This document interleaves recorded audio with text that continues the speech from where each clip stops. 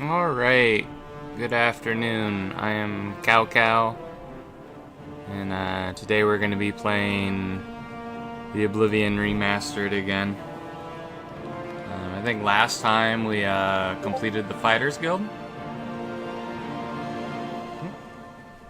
I think need to put on streamer mode. Here in Discord beep. Let me make sure it's on real quick.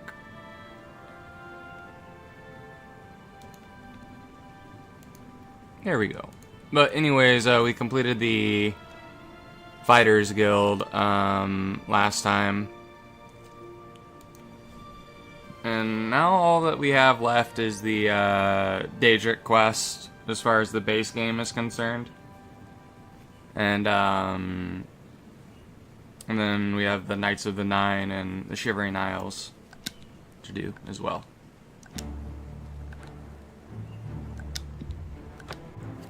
Load my game. Yeah, I was able to start a little bit earlier today. I didn't think, what was it? Taco Mom was gonna show up early. Hey, Heretic.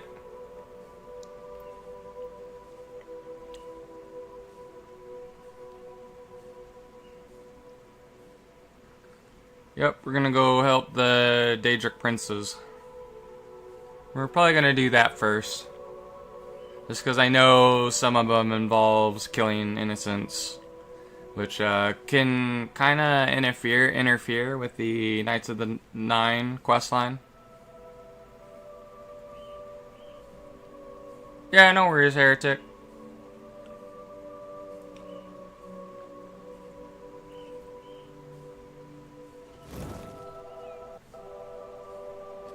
And I got my, what was it? Let me look at my skills real quick. I ended up getting Blade maxed out. Our stats are a little bit damaged. Hey, Heretic. I didn't know if you read the message. I was like, yeah, okay, I'll pop in. I happened to see it pop up. I was like, oh, you already started. Sweet. Not the, 30 minutes till... Yeah, Taco Mom showed up an hour early.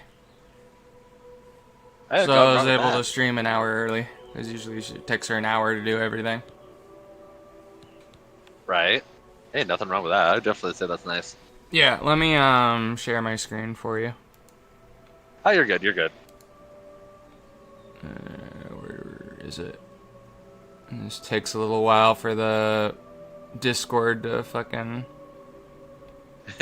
Right, figure itself out. Yeah. There we go. But yeah, I got my blade skill maxed out, so I just need to level up my hand-to-hand, marksman, and blunt. Oh, there you blunt go. Is the lowest. Nice. But I ended up accidentally finding Umbra off camera. Nice. Yeah. Well, it does like 33 damage. And it's a pretty good sword. From what I know, it's like the best in the game, so... It's the best in the base game. Ah. So I think the DLC stuff stuff gets stronger. I just gotta try and find the, here's Klevika's Vile Shrine. We'll do his first. Because we can complete that quest immediately. Right. But yeah, I had, some potatoes for lunch. Ooh, That's pretty good. Smash some massive chicken stew. Assuming I gotta talk to this guy? You approach the shrine of Clavicus Vile. You should not be here unless you have business with Lord Clavicus. Here we worship Lord Clavicus. Do you have business with the Daedra? Yes. There are many deals to be made, even with a god. You could find great wealth or painful death. If you wish to bargain with Clavicus Vile, approach with an offering of 500 gold and hope the Lord smiles on your offering. Do not Right. test his So the patience. offering you need for this Daedric Prince is pretty easy. Mm-hmm. You've brought the sword. Now give it to me. That's As good. we agreed. Umbra and I have unfinished business. Do you want to return the Umbra sword to Clevica's vial? No, because it's way better than the mask. You would dare? Right? It's like, We had a bargain, little hero. you want to trade You would this risk my for wrath for the little something sword? worse I will watch you than what you got? want. No, I do not. Yeah, well, like, ultimately, when you do his quest in Oblivion, siding with Clevica's vial gives you a shittier reward, and it's the same thing for Skyrim. Like, he doesn't even give you a Daedric artifact, because the Rueful Axe isn't a Daedric artifact, so it doesn't count towards the Daedric achievement for Skyrim. So you can end up screwing yourself over if you want that achievement. But that was, Right. that's just the lesson to be learned, is don't ever side with Clevica's vial, because he will always screw you over. Right. I definitely agree with that. But I ended up looking up just to making sure I can still do the Hermaeus Mora quest line if I kept Umbra, and I can, so that's good. Oh, that's excellent. I'll do Good to the hear. Daedric Prince of Gooning now. The The Sanguine. Ooh. So, what are your thoughts on the new Pope? I don't really know too much about him. I like the name he picked. Yeah, the 14th. Yeah. Whatever. I can't remember his first. I mean, there's like a few Something good the 14th. signs, like that he was in the traditional vestments, and then the name He's an he American picked. Pope, Yeah, so he's an there's American Pope as well. However, like he has some people a little bit worried with his with stuff he's said in the past, like he might be kind of liberal, but It is a place of See, celebration I think they for should have us. gone for We dance, like if you're gonna we pick an love, American Pope, it's got to be a speak with redneck sanguine. Pope. I think it'd be Approach funny them as hell. And bring Sanguine a gift. yeah, Them I Cedar mean, brandy is an appropriate gift. I would have really Take a liked Barnes and a Robert Crusade. Syrah, but it is what it is. Do not test his patience. Right. I already have what I need to offer him as the Sir Dillick Brandy. Another mortal come to beg Sanguine to add a bit of spice to an otherwise drab existence. I would have you perform a service for me. The Castle Leowin is a dull, dreary place. The mistress is an especially somber soul, and tomorrow she will hold another excruciating dinner party. I want you to liven it up. Use this spell on the Countess and her guests. I think it will make the party much more interesting. So you never done You this should quest. probably try to be inconspicuous, or they might kill you. Oh, and the party is by Never done the invitation quest. only. What? You'll have to find a way in. Oh, this quest is funny. And he gave me a spell. Stark Reality. Oh, nice. And then I gotta go to Leowin for this. I did see an excellent video earlier of you talking about magic in the realms of like D&D and such, where it's like if you have a whole bunch of magic in there, the world would be shaped around that, where you'd get kind of a class society, where kind of those who have magic and those who don't, and a lot of things would be like based around magic, just straight up. Oh yeah, I mean it kind of Right. slows down the technological progress magic. Oh, the thing is, it would replace a lot of the technological advancements, depending on Well, it'd probably just how straight up much be magic is better. in the world. Yeah, you'd get a whole bunch of stuff in there. That's not even touching on the religious aspect of D&D and such, but just Oh like, yeah, oh, well I we mean you have have like divine used magic for casters everything. and stuff. Yeah, you'd have a whole bunch of magic stuff where all the street lamps are magic powered and floating sidewalks, floating cities, and all sorts of stuff. And this is all like the base level spells, like Mage Hand, it moves everything, teleportation, portals, and all that kind of stuff. It's like, oh damn. And I think it does a really good job where it kind of shows where it's like you wouldn't have kind of the, oh, we all start in an inn and do everything as like, oh, we're taking carriages everywhere. It's like, no, everything would be powered by magic, because it's just, I mean, he used like the Iron Age, for example, in our own history. It's like, yeah, it's technological advancements where it's like, we have aqueducts and this and the other, and it's like, it would really kind of screw with the economy too, because you have like spells like Goodberry, create food and water, food and drink is another spell. So it's like, oh yeah, you would, it really would create this weird dynamic. But that also depends on how magical your world is. You're not going to have a medieval setting, because it's just the way technology, the magical technology stuff would come into play.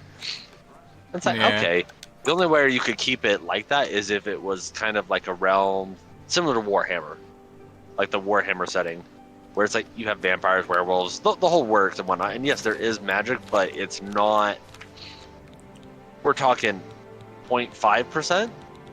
Like, there is magic, but it's not like D&D magic. Yeah. Well, There's I not know spells magic for has everything. a habit of screwing people over in Warhammer. There's that too. It's not the same. So it's like, that's one of those things where it's like, yeah, that's really nice, and that's kind of why I actually like the Warhammer setting a lot, because Warhammer setting works really well. World of Warcraft kind of does okay. Theirs is a little bit funky. Well, with theirs, magic is like doing fucking meth. I'm trying to figure out how I'm supposed to get through this door. Yeah, I think it's kind of like the Harry Potter. I'll use Harry Potter universe, where there's spells for basically every little thing, and that's where D&D kind of falls in that same category. Magic kind of solves all the things that you needed to solve. There's a spell basically for everything, and it's like, okay, that's kind of the issue here. Where in Warhammer, yeah, you have spells, but they're not for everything. You don't have a spell for doing the dishes. I'm just looking up how to do this quest real quick. Oh, it's all good. Oblivion. There we go. To enter the dinner party for the Sanguine quest in Oblivion, you need to wait until around 6 p.m. And then the guard at the door allows entry. If you don't have a high enough disposition with the guard. Okay, that's simple. I did find a set in ESO. I just trying to get it is kind of the issue. It's the Maw the Infernal What are you doing? set, so helps with the pet stuff. Say So what it's like, you ooh, can. that's really good. I just haven't figured out Oh, getting yeah, it. you still need There's to a- add me to your friends list. That I will tried get and I you couldn't. something. I couldn't You have to do find at it, Sao so- Chow. No spaces. Yeah, it was one of those things like, huh. Well, you're I- dressed for it, and It was you one of those seem things like where a it's really like good I person. typed in You can go in. Gotcha, and Sorry. Oh, are you there's- spelling it there was right? Nothing popped up. I believe so. It's the same as my YouTube channel, except there's no space. You too. Yeah, and I did that, and nothing popped up. So Okay, well, I don't know what you're doing wrong then. I don't know either. User error. I'm gonna toss it up to my own incompetence on that one. Like, Yeah. I don't know how this works. Alright, let me find... Is it Stark Reality? I have so many spells. I need to fucking find it. I did take your advice on that and picked up a couple more of the spells. It's like, oh, this levels up everything else. It's like, yay! Yeah, I mean, you're gonna wanna have that stuff leveled. There we go, everybody's My naked. watch, will ya? I'll be confiscating your stolen goods. Oh, and no gold to pay your fine, It's off to the lockup then. Oh shit. I guess I'm going to jail. I don't have any money on me. Hope you rot, criminal scum. My But brain did you went, see "Oh, no, what that sorry, spell did? Apparently not. I don't have the stream up. Okay, I popped it back up. It turned everybody naked at the dinner party. It just made everyone naked. Yep. Nice. I think this lowered my stats a little bit, though, sadly. Your blunt skill, and then your alchemy skill by -1. Ah, fuck, that's annoying.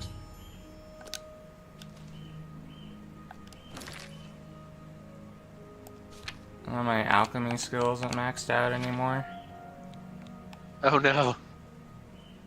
So yeah, that's one of those things. Like, oh, you Well, lose. I'm changing that. That's annoying. Right. Well, at least when it comes to alchemy, because I like the perk you get when it's maxed out. Uh-huh.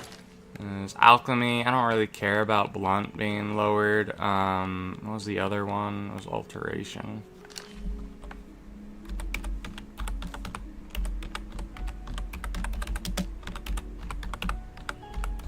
That's the one thing I hate about going to jail in this game, is your skills get lowered.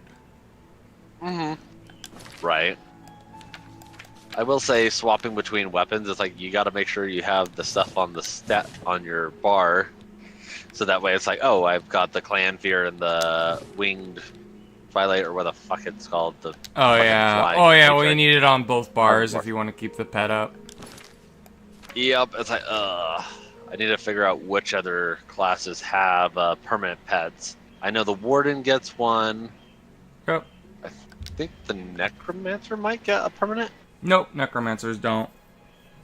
So with necromancer, it's part of your your okay. rotation and stuff is resummoning your minions. Okay. So once like a skeleton disappears, it'll leave a body, and then you can like summon another thing or whatever, because that's where your damage is. Yeah, I want to have a little army. Sounds like fun to me. Yeah. Well, I know when the expansion comes out, you can combine two classes. Yep, you remove one tree from one to be able to add another tree from another class. So. Brush of Death.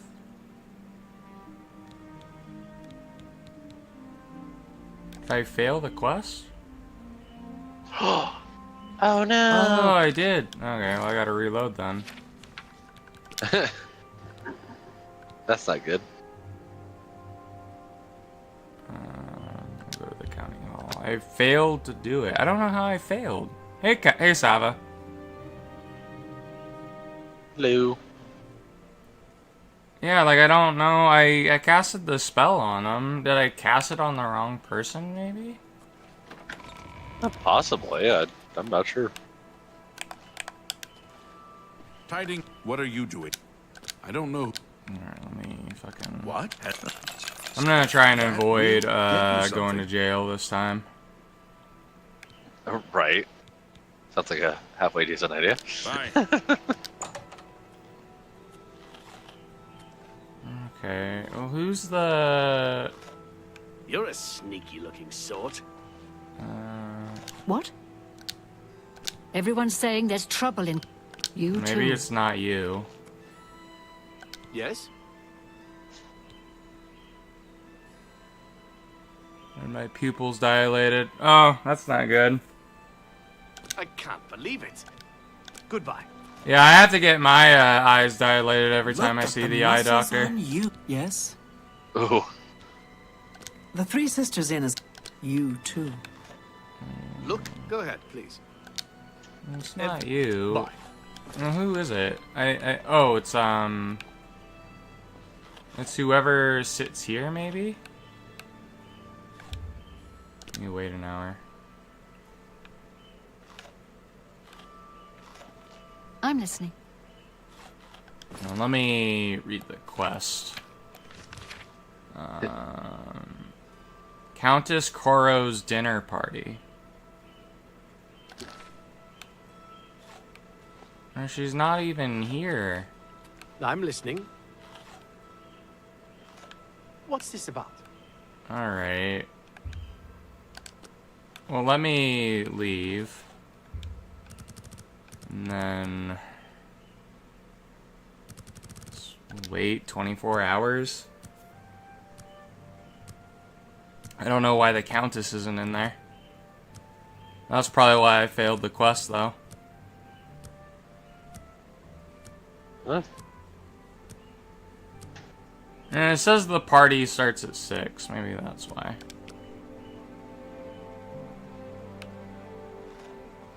Hello. I can't believe it. The Grey Prince has been beaten. There's a new arena Oh, grand she's still champion not now, here. someone called the They say Crimson the Fighters Blade. Guild got all the Are gold you in sure? Swampy Cave. Yes. Oh, how horrible. Harlan's watch. You know, You wait an hour. Anytime now. Are you Kuro? Yeah, you are. Well met. Well, you need to Yay. go into your Welcome. fucking If you party. wish to talk, it is really no trouble at all. Alright, let me equip the spell now that the person's here.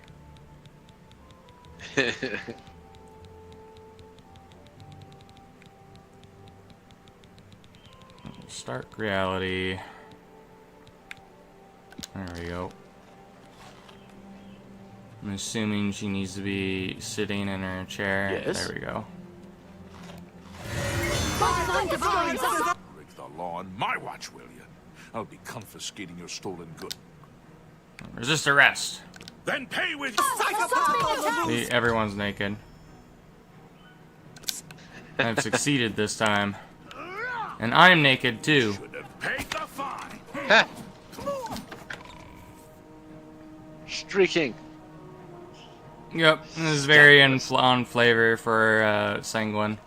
And I need to get out of town because we're wanted. Run! Yup. I'm gonna figure out where the door is.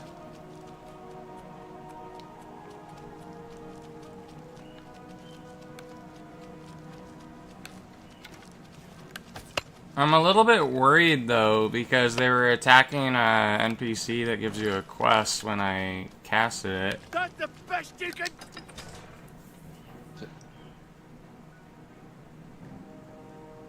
Well, it depends on if they're essential or not. They're probably not. Is there a side quest? The Orc Mazoga or whatever. Mm-hmm. Which is a quest I want to do. If I ever get around to doing the side quest.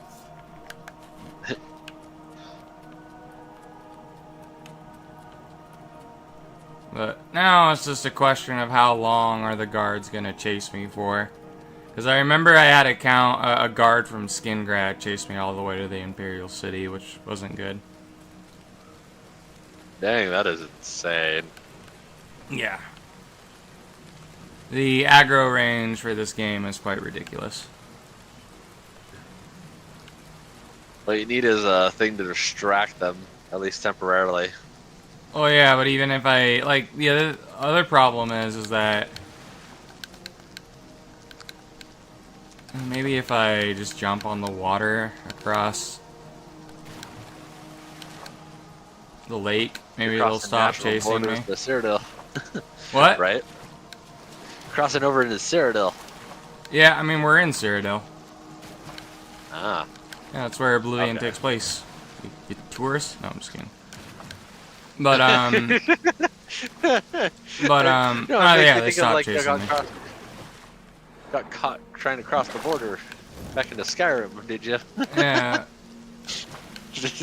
from Skyrim.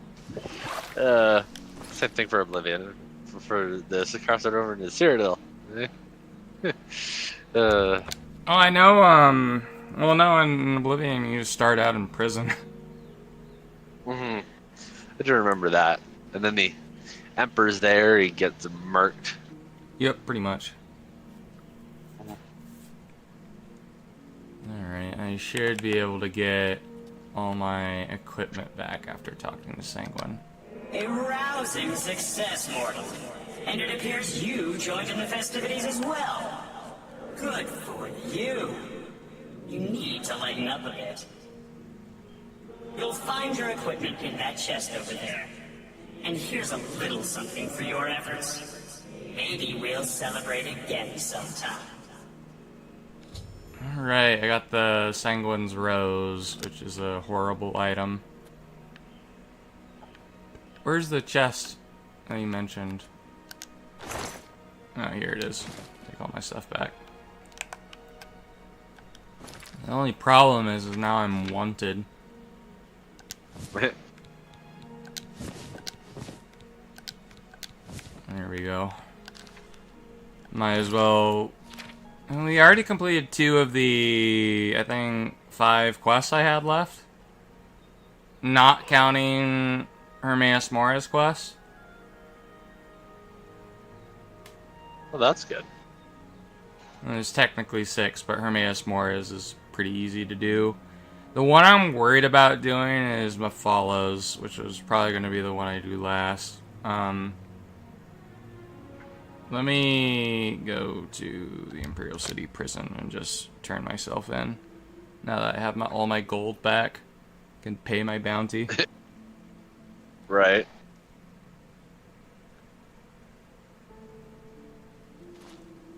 It's all over, lawbreaker. Your spree is at an end. I'll take any stolen goods you have.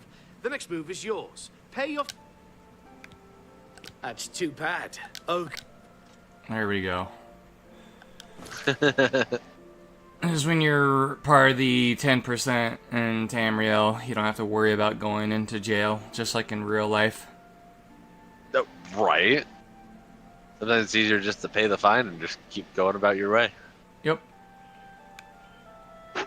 Where's Periite Shrine? I forgot where it was. Here seems.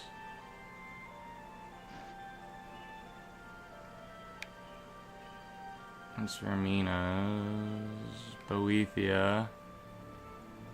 Here's Periite Shrine. We'll do this one next. Get Spellbreaker.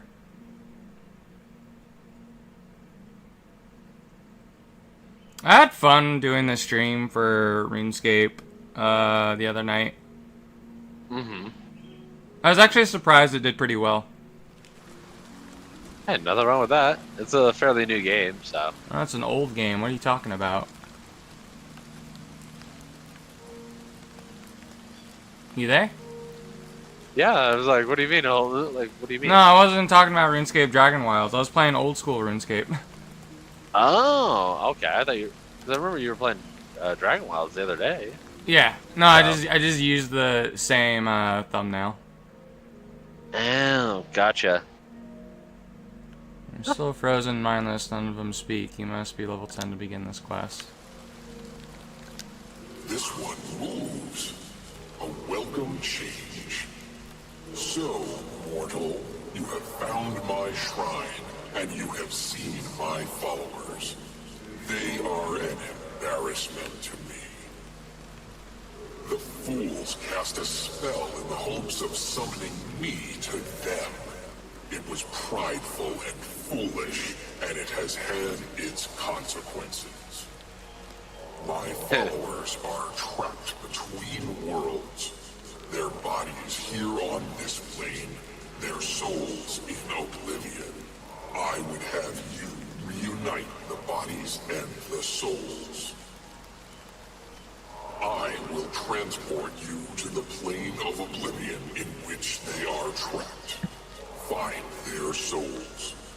When all are collected, I will return you here. Return to me when you are prepared. I wonder why Periite depicts himself as a dragon. Ready to travel to Oblivion, yes. I need to do my research on the Daedra. The main Yeah, they're pretty cool.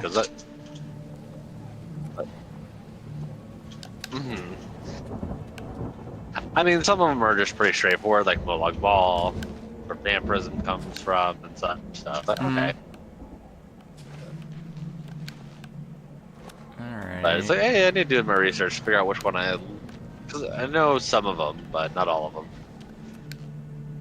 Yep, I mean, they're all pretty cool. Ooh, there's a Storm Atronach here.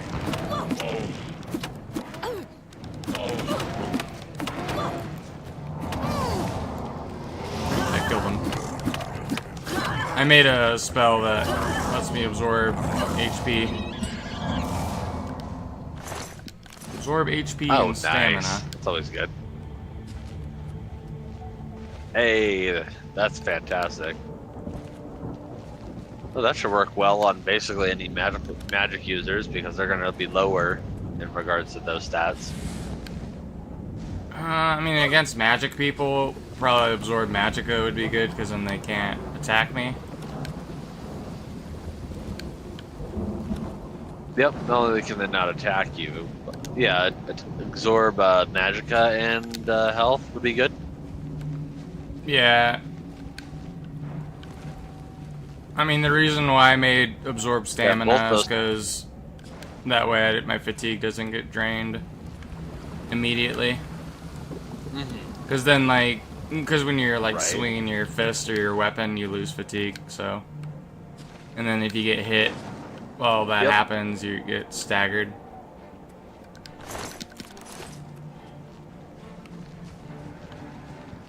Go after these ones here now.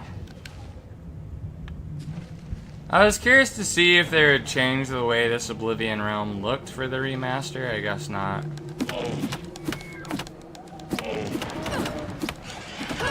Right. Well, like, I put the difficulty on adept, and man, it makes everything harder. Right.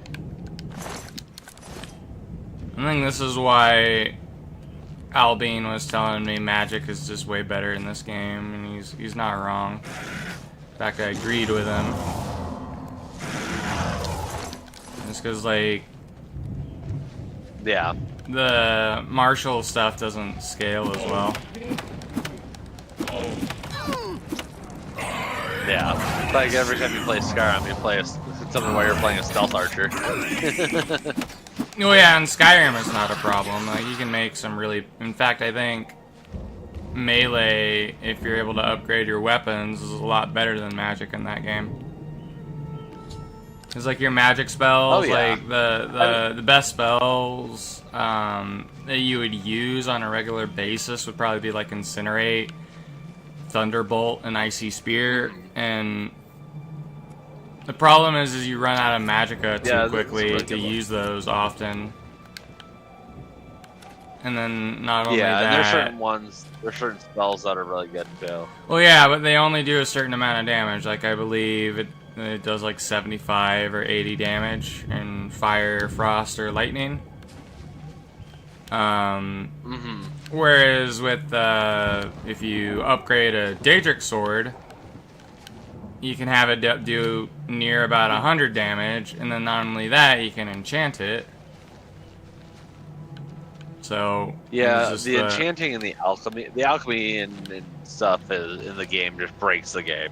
It just straight up breaks fucking that game. And so it really doesn't matter that point if you take the time to actually do all the alchemy stuff.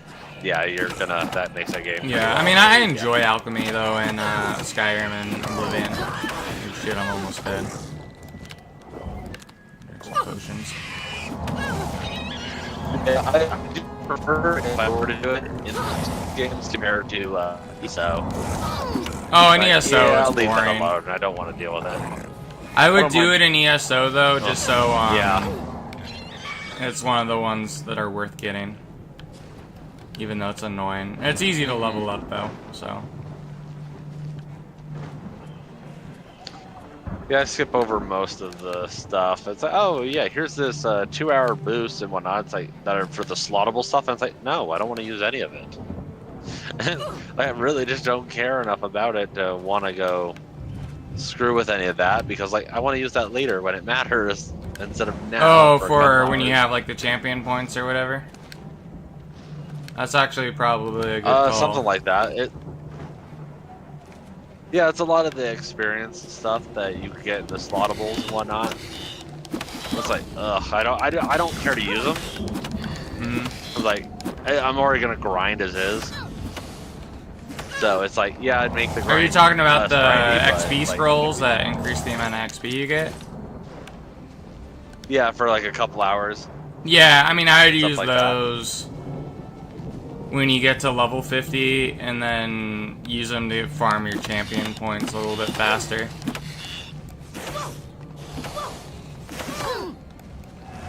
I just don't care to use them. It's like, okay, put these away and just don't think about them. I would just use them when you're already level 50. And then particularly when you're about to do like a daily dungeon or something. Your first dungeon of the day is when I would use them.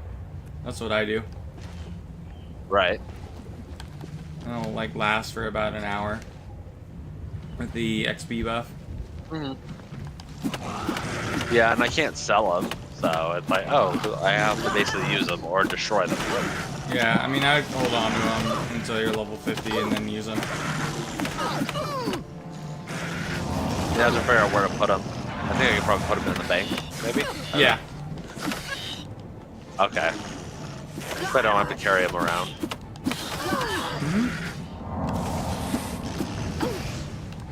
Okay. I don't know how many more scrolls I need. I got my hand-to-hand skill to 77. Nice. Hell yeah. Oh no, there's 2 more souls to find. Cannot wait while enemies are around.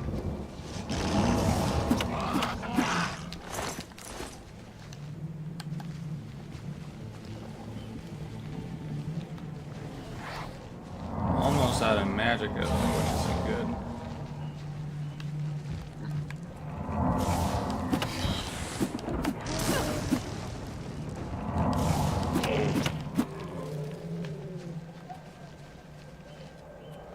There's a fleshy pod here with nothing good in it. Oh, they're basically like treasure chests. Is all they are. They have loot inside them. Yeah, I thought about getting the any race, any faction, so that way I can play whatever with whatever. Yeah. I would see if you enjoy the game first, though. I mean, I do. Yeah.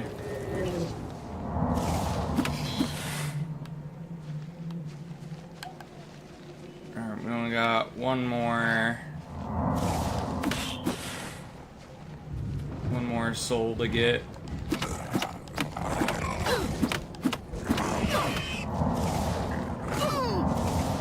Oh shit. Almost died there. I'm out of magicka.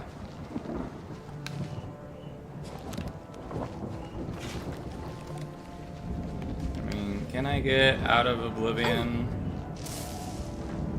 if I just talk to this soul here? There we go. That was the last one. I've captured the soul of Romaine. I found all the souls of Pyrite followers lost in Oblivion. Pyrite was to open a gate for me when they were found. I should head back to where I entered his realm. Oh, fuck. There we go. I'm gonna try and avoid these guys. Yeah, you got no mana. Yep. You have that disease again where your mana isn't restoring. I don't know. I think it's just because I have a lot of mana. That's possible, but that's really... It doesn't look like it's going back up at all. Yeah, So, I might maybe have a disease. But it doesn't matter because we're out. Mm-hmm.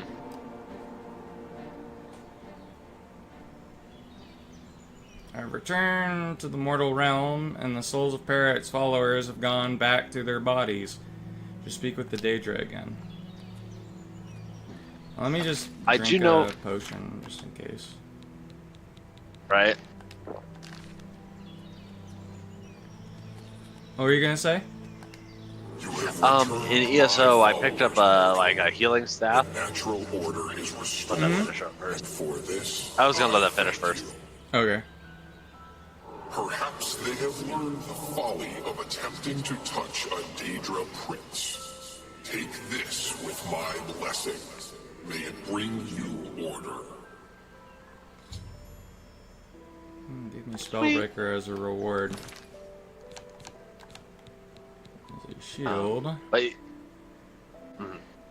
Reflect spell 30%. ooh, nice. What were you gonna say? With the restoration But I stuff you picked up found? a level 25 restoration staff, so I can't use it yet. But I'm like, that's nice. That's already I just picked it up like, ooh. And do you 'Cause plan I on love those healing? chain events. It's just one of those things. It's a better staff. I don't want to use a healing staff, but I could use it as a backup staff. So, because one of the staffs I picked up fairly early on was a restoration staff, so I was like, okay, it just does more damage. It's better to what I'm getting. So, I want to go back to destruction because my stuff benefits that. Yeah, I would stick with, if you're gonna go DPS, stick to the destruction staff. Mm-hmm.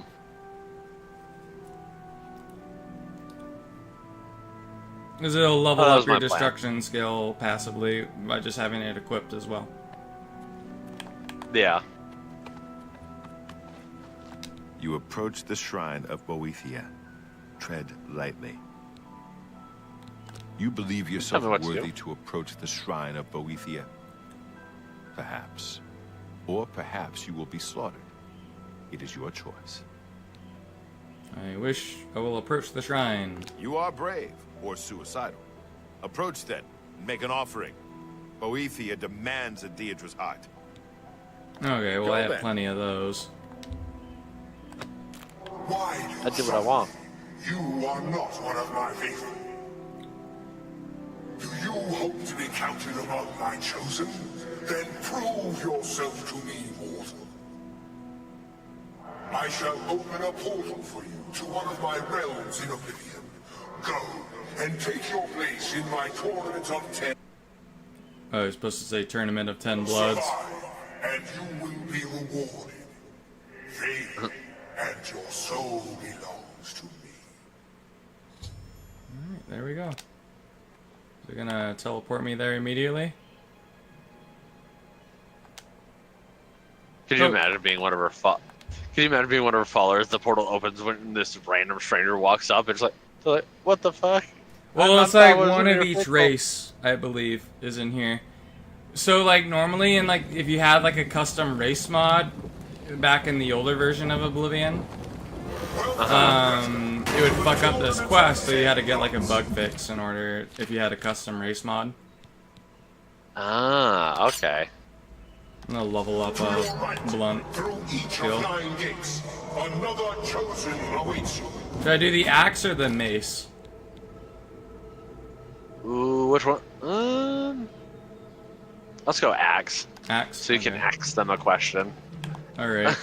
You can ask them questions. Just axing questions. Yep. The dark elves are my favorite. Whirly birdies. The outcome is in your hands. Gotta kill a dark elf. I fought mud crabs more fearsome than you.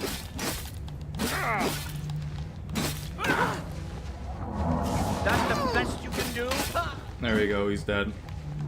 He didn't have any shoes on him. He had a bunch of enchanted Yeah. arrows, though. I'll take those. Nice.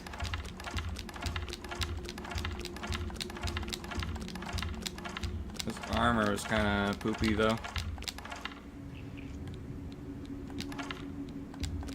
A valiant effort, dark elf.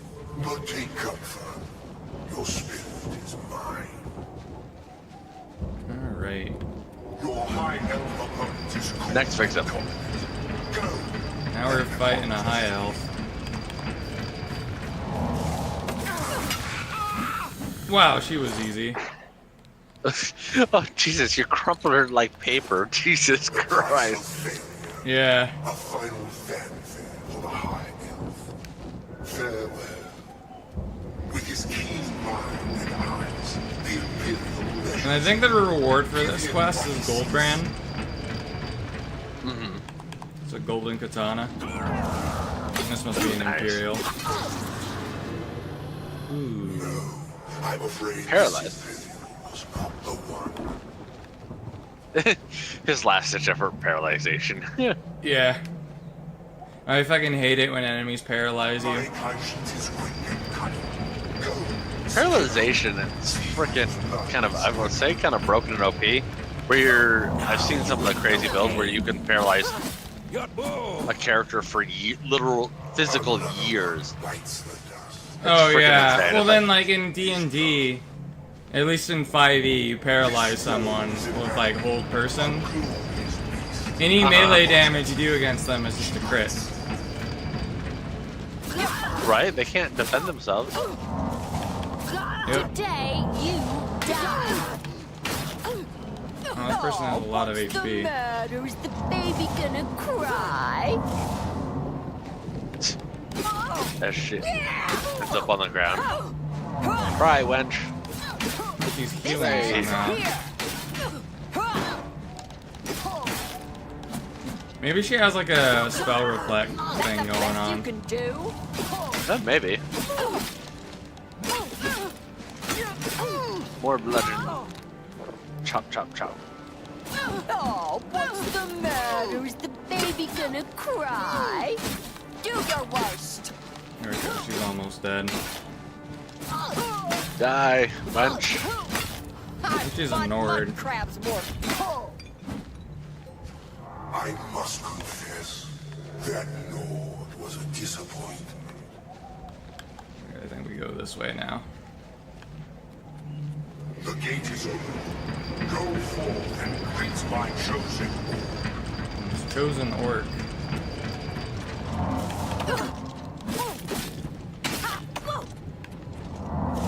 Oh, my blunt skill went up. Nice. Alas, poor orc. This I don't think we kill Wood Elf or Khajiit or an Argonian yet. fight for my lord. We're not gonna fight a Breton because I'm the Breton. Oh no, it's a Red Guard. Paralyze me.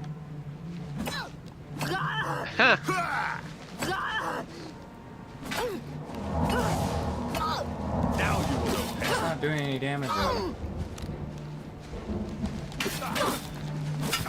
What the hell? Let me try this.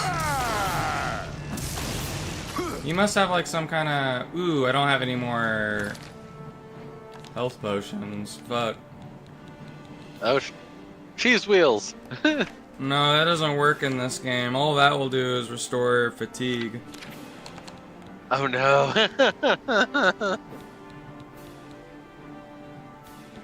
I'm trying to find a healing spell. Restoration. Heal legendary wounds. Let's get this. And I actually want to use a weapon that does a little bit more damage. Because everything in here is pretty tough. I'm gonna use Umbra. Yeah, that's what I was gonna say. Like, use like Umbra or something. Because they're using like spell resistant stuff, I imagine. I would say so. Because my spells are doing like no damage to them, which is annoying. Right. I wonder how Goldbrand compares to Umbra in this game. I would have no clue. Yeah, I would say look at their stuff. Steal their stuff. Yeah, it didn't have anything that was... It had shock resistant, but that wasn't what I was... the type of damage I was doing to him. Huh. This is obviously a wood elf. Using a bow. Yeah. Yeah, the one thing I hated in playing like Skyrim, if you accidentally hit your allies too much, they turn on you. Or that, or they die, which is annoying. Oof, yeah, that's always frustrating. It's like, no, don't die. You're not supposed to die. I usually have a mod that will fix that. Ah, okay. Like, there's one of the follower framework mods usually can solve that problem. They call followers essential. Yeah. Well, I think there is a one that was really good that made it to where they were immune to damage from you. Ooh, that's always a bonus. This is, you were incapable of hurting them, which was nice.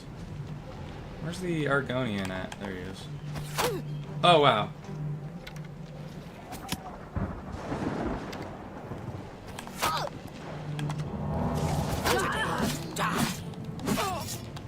Ooh, it's a female Argonian. Oh, what's the matter? Is the baby gonna cry? Lay the wedge. There we go. The others are just. You alone, Breton, remain first and last. Beyond the next gate, your portal. Oh, apparently I killed the Khajiit already. Nice. I defeated all the Boethius followers in the Tournament of 10 Bloods. I should speak once more with the Daedra Lord. Alright, is this gonna open now? Oh, there we go.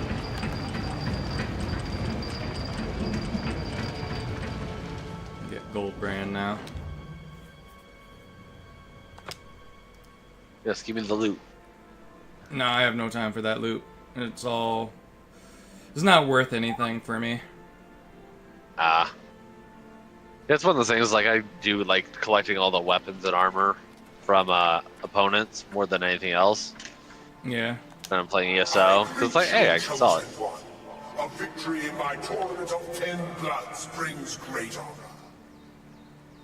Take Goldbrand, sheathe it in your enemies, and offer their souls as praise to me. Alright, we got Goldbrand. Not to be confused with Elton Brand. Does 27 damage. How does that compare to Umbra? No, Umbra just does way more. Umbra does 33. Nice. What does it does fire damage though, so while it's enchanted, technically it does more than Umbra. Yeah.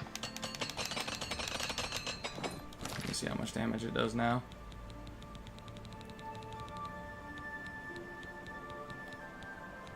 It does 30, okay. Versus 33. I just have to remember that it has a fire enchantment, so technically Goldbrand is stronger.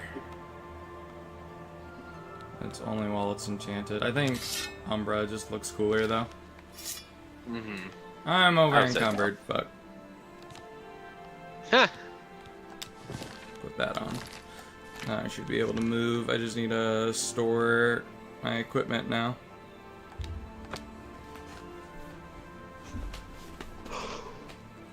We only have Mephala left, and then technically Hermaeus Mora. So who would you say is your favorite Daedric Prince? Herma Mora, probably. Okay. What are they over? Just knowledge. Just books and stuff. Cool. Nice. It's a pretty good Daedric Prince to follow in a world without the internet. Right.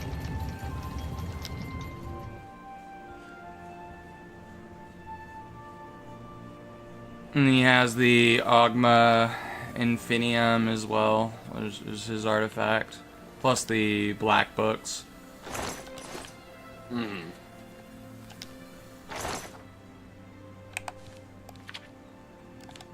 So yeah, I will say I'm surprised there's not firearms in Tamriel. Like, legitimately, because, like, they have volcanoes, they've got wood for charcoal, and then saltpeter would be stuff too, so they could make gunpowder and such, I would think. Yeah, I mean, they have gunpowder or explosive barrels and the Elder Scrolls Redguard Adventure, so there's really no excuse. I think, though, the reason why they don't add guns is because they want the game to be more fantasy. Is what I have to guess. The way you do it is you throw in a new frickin' Daedric Prince, and they have... This is the only gun. There you go. Voila, problem solved. I just magically solved guns in Skyrim. Or they're just basic ones, because, like, you had crossbows and whatnot. Yeah, So I mean, they you have could do the same. crossbows in Skyrim and Morrowind. Yeah, through the Dawnguard But DLC. I personally prefer Elder Scrolls without guns. I mean, I think in some settings, guns are cool. I think... But they should be, if there's gonna be guns in a fantasy setting, they have to be extremely rare and hard to get. Yeah, no, and it'd be one of those things where, like, they're no different. It's like crossbows being there. It's literally, there's zero quote-unquote difference. It's, like, technological. Because it's still, like, even though it's a fantasy, the magic doesn't take away from it. And it's like, okay, you just don't have any heavy firearm-oriented factions. It's just the scale of time moving on. It's still Yeah, well, I know the way settings. Pathfinder 1E fixes it is like, oh, you can have guns and you can play a gunslinger, but if you're gonna find a magical gun that's gonna be extremely rare, and you're probably gonna have to craft your own magical gun, and then not only that, the guns you start out with are black powder weapons, and then those take a lot of time to reload. The ammo for them is really expensive, so you're gonna spend all your money on ammo pretty much most of the time.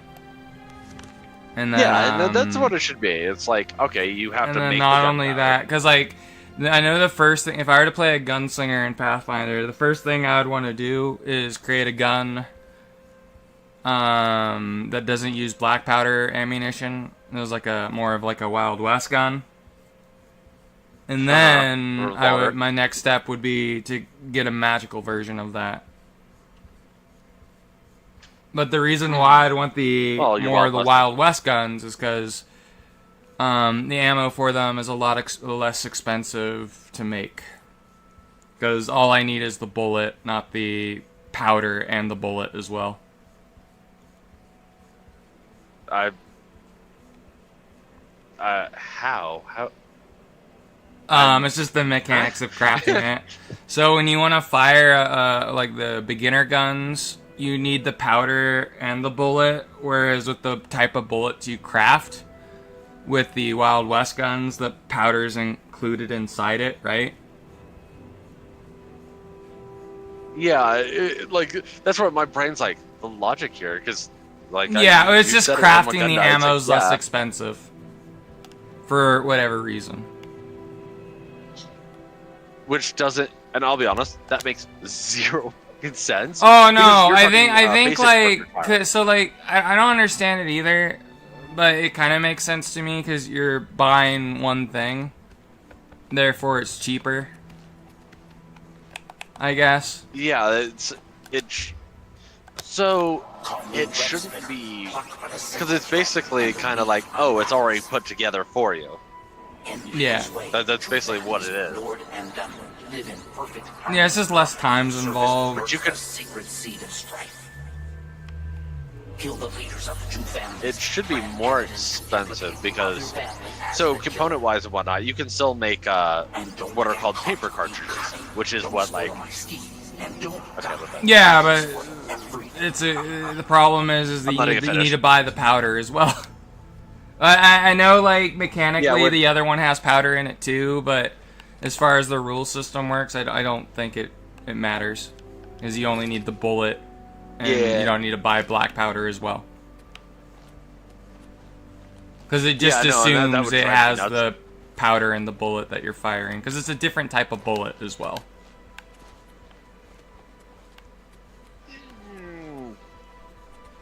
Sorta, not really. It's still lead. Yeah, I know. It's not a lead ball. It's like, the bullets, though, that are in those type of guns. It'd be conical. Predominantly. But it could be a round ball as well. So, because, like, I actually have some cap and ball revolvers and whatnot. And, yeah, the design, because, like, some of the Wild West guns, as you call them and whatnot, your early Wild West guns and whatnot, the early cartridge firearms still use round ball in there before going to. So the difference would be going to your jacketed bullets, which is a copper jacket, around a lead core, which is to help with velocities and all that kind of fun stuff. See, it's like you could do the same thing for your early powder firearms. Is that it's like, okay, you just make paper cartridges for sale. Yeah, and I know And there paper you go. cartridges are a thing you can make. Uh-huh. And as a gunslinger in Pathfinder. Mm-hmm. I don't know if they're cheaper though. Hail, Yeah, because it should. Because technically they should be, because it's Yeah. all the stuff is still. That will get you something. Actually, it should be Examples more are expensive for good the neighbors cartridge to firearm because you have And things our like leaders, primers Vol and such, Ulfgar and Nivan components Dalu, and the brass casing work hard itself. to keep it that way. So it should be more expensive. He is the head of our family. He works powerful magic, but his true gift is compromise. He is a wise, wise leader. Raul Ulfgar leads the Ulfgar clan. He is a fierce warrior and a wise leader. All the Dalvalu respect the man. Alright, I gotta see? murder one of these guys and then plant the evidence. I'm listening. Right? Go ahead. I think kill the one you were just talking to. No, I gotta kill the leader. Ah, gotcha. You may speak. Yeah, no, there's a whole bunch of different stuff. Yeah, I think the best time to do this would be in the middle of the night. Just murder Right. him in his sleep. And then plant the evidence on I'm listening. the other guy. Let me save. Mhm. Because I remember trying to do this on a stream on the other version of Oblivion. And I could not figure out how to do this quest. Gotcha. Which Yeah, has me a no, the little fact bit that worried. the basic brass cartridges would being cheaper, it's like that just kind of drives me nuts because to actually make brass cartridges is like, take it you want yeah, something. there's I a just think whole it's bunch, a more little bit complicated to make it, right? it I is. mean, I could be It really completely is. wrong, May I help you? but I just remember like I was looking at it and it's like, oh, I just need to shoot the bullet. I don't have to worry about buying powder as well, and that Yeah, just which seemed easier to me. it's-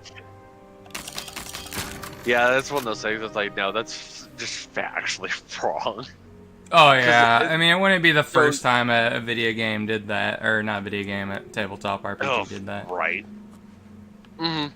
Oh, video games too. Video games are bad about that. Because and like that's what it should be. It's like, okay, you want to shit. use a like. Oops. I didn't one-shot him with a sneak attack. That's why. I mean, You did? Damn. No, I didn't. The difficulty's too high. That's why. That's the one thing I hate about the difficulty in this game is that, like, you have it on adept, right? But like, I'm doing a sneak attack. I should be able to one-shot him, but you don't do enough damage to do it, which makes playing a stealth character kind of Yeah. pointless. Yep. Yeah, I've killed Navin Davalu. I should have something, leave something in his corpse to implicate Ulfgar clan. Okay, so now I need a.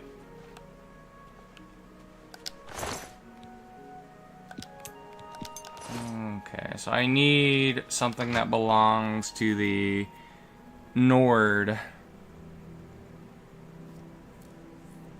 Mhm. Can I? So the best find way him that I now? can.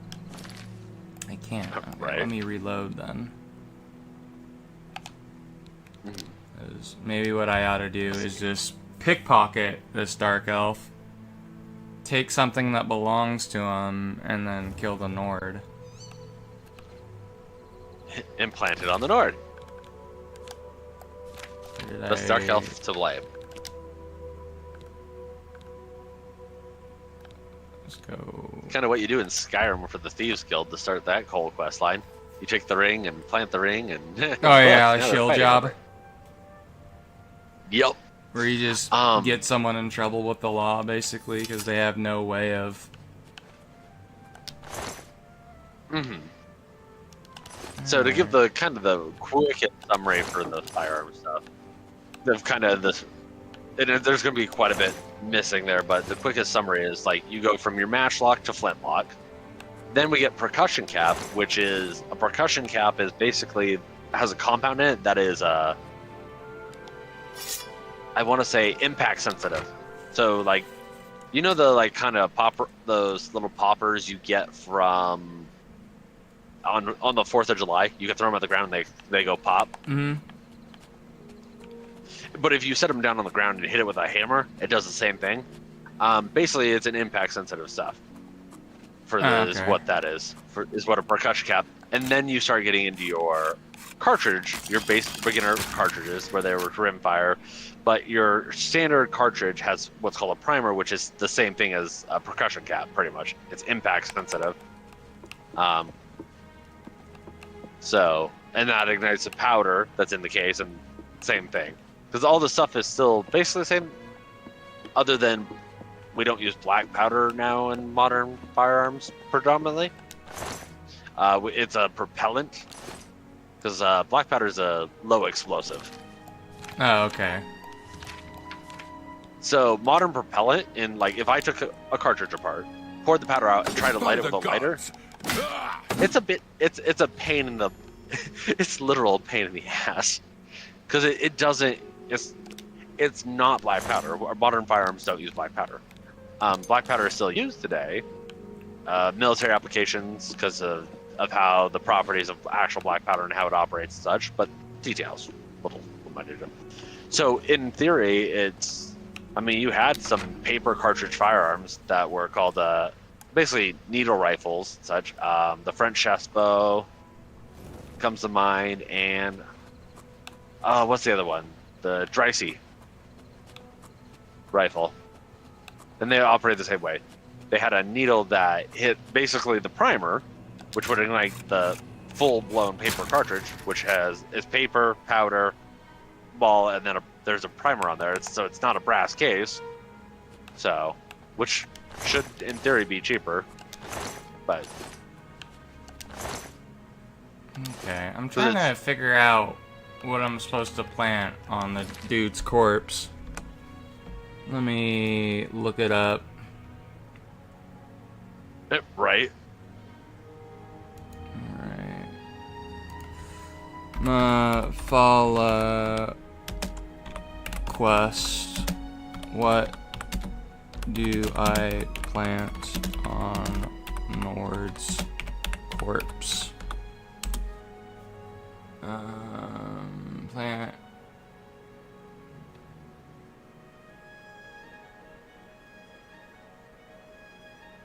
Okay, Dolavu's from the table. Okay. So it's a dagger that's on the table. I'm assuming it's somewhere here. You there? You can talk, by the way. Yeah. Oh, yeah. No, it's like I'm letting you focus on what you're doing. It should be cheaper, but there should, depending on how quote unquote hardcore you want to play the world and whatnot.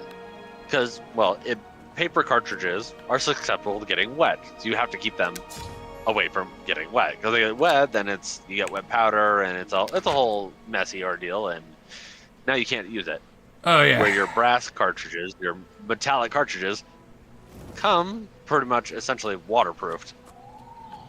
Yep. To some degree and such. So therefore, there's advantages and disadvantages to each. Stuff like higher pressures and the little itty-bitty details, able to fire faster. Because early brass cartridges still used actual black powder.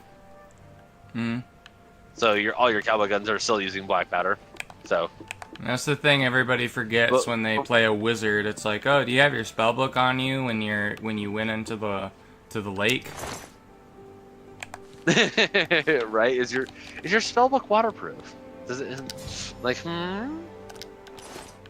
Is it enchanted to be waterproof? Yeah, it's kind of one of those things where the level of realism, if you're playing a hardcore, and that's one thing I don't enjoy, is like, I'm playing a That's game. why I always want prefer to play a enjoy the game. sorcerer. Is because like I don't need to worry about losing my spell book. I just know the spells. Mm-hmm.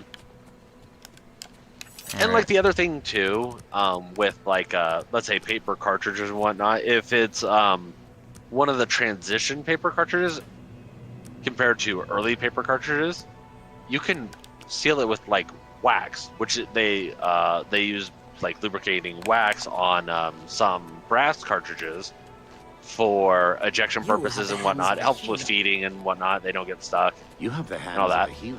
Mm-hmm. So you could do if it's got a internal percussion cap in the paper cartridge, the needle just has to pierce through it to hit that, and as long as it does that, you could quote unquote it essentially seal the cartridges in wax in a kind of a lube, and thus therefore waterproofing it.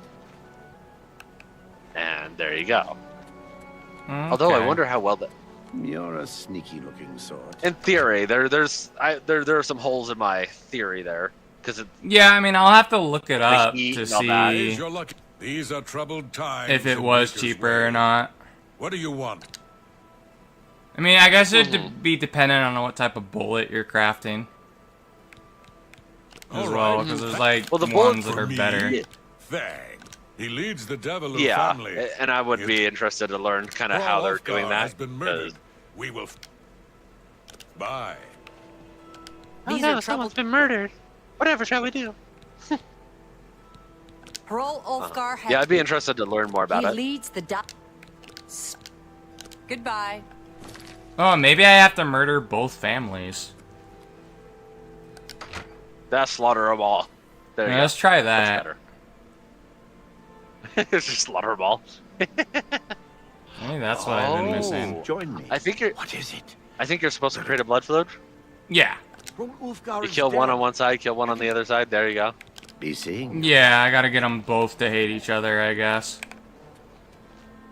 Alright. Yay, blood feuds. Well, Those let are me generations, quickly generations. look up where the ring or Ulfgar's take Ulfgar's family ring from the table near the stairs. Okay. I'll take that. Mm. And then murder the dark elf next. Yay! These are Murder that dark troubled- elf. I don't like him. He Good day. visually irritates the hell out of me. Who? Oh god, her mouth. the dark elf you were talking to? Murder that dude. He needs to die. I mean, I'm sure that'll be taken care of soon. I'm gonna take that shepherd's pie though. That sounds yummy. There's Ooh. a table Yes, near the please. stairs. Where's the family ring at? And this is it. There we go. Yeah, it'd be one of those things, like if you're playing D&D with like actual physicists and scientists and such, yeah, they're gonna have certain issues with the game. It's like, I don't, unless they really just don't care. It's like, no, I'm using this to escape. But some people, like myself, it's like we get irritated when we just know the information is just straight up wrong. It's actually why I have an issue with Matt Mercer's Gunslinger. I think the Gunslinger's a lot more involved in Pathfinder 1E because there's like a bunch of bullets you can craft. I didn't even know it took into account that you needed to buy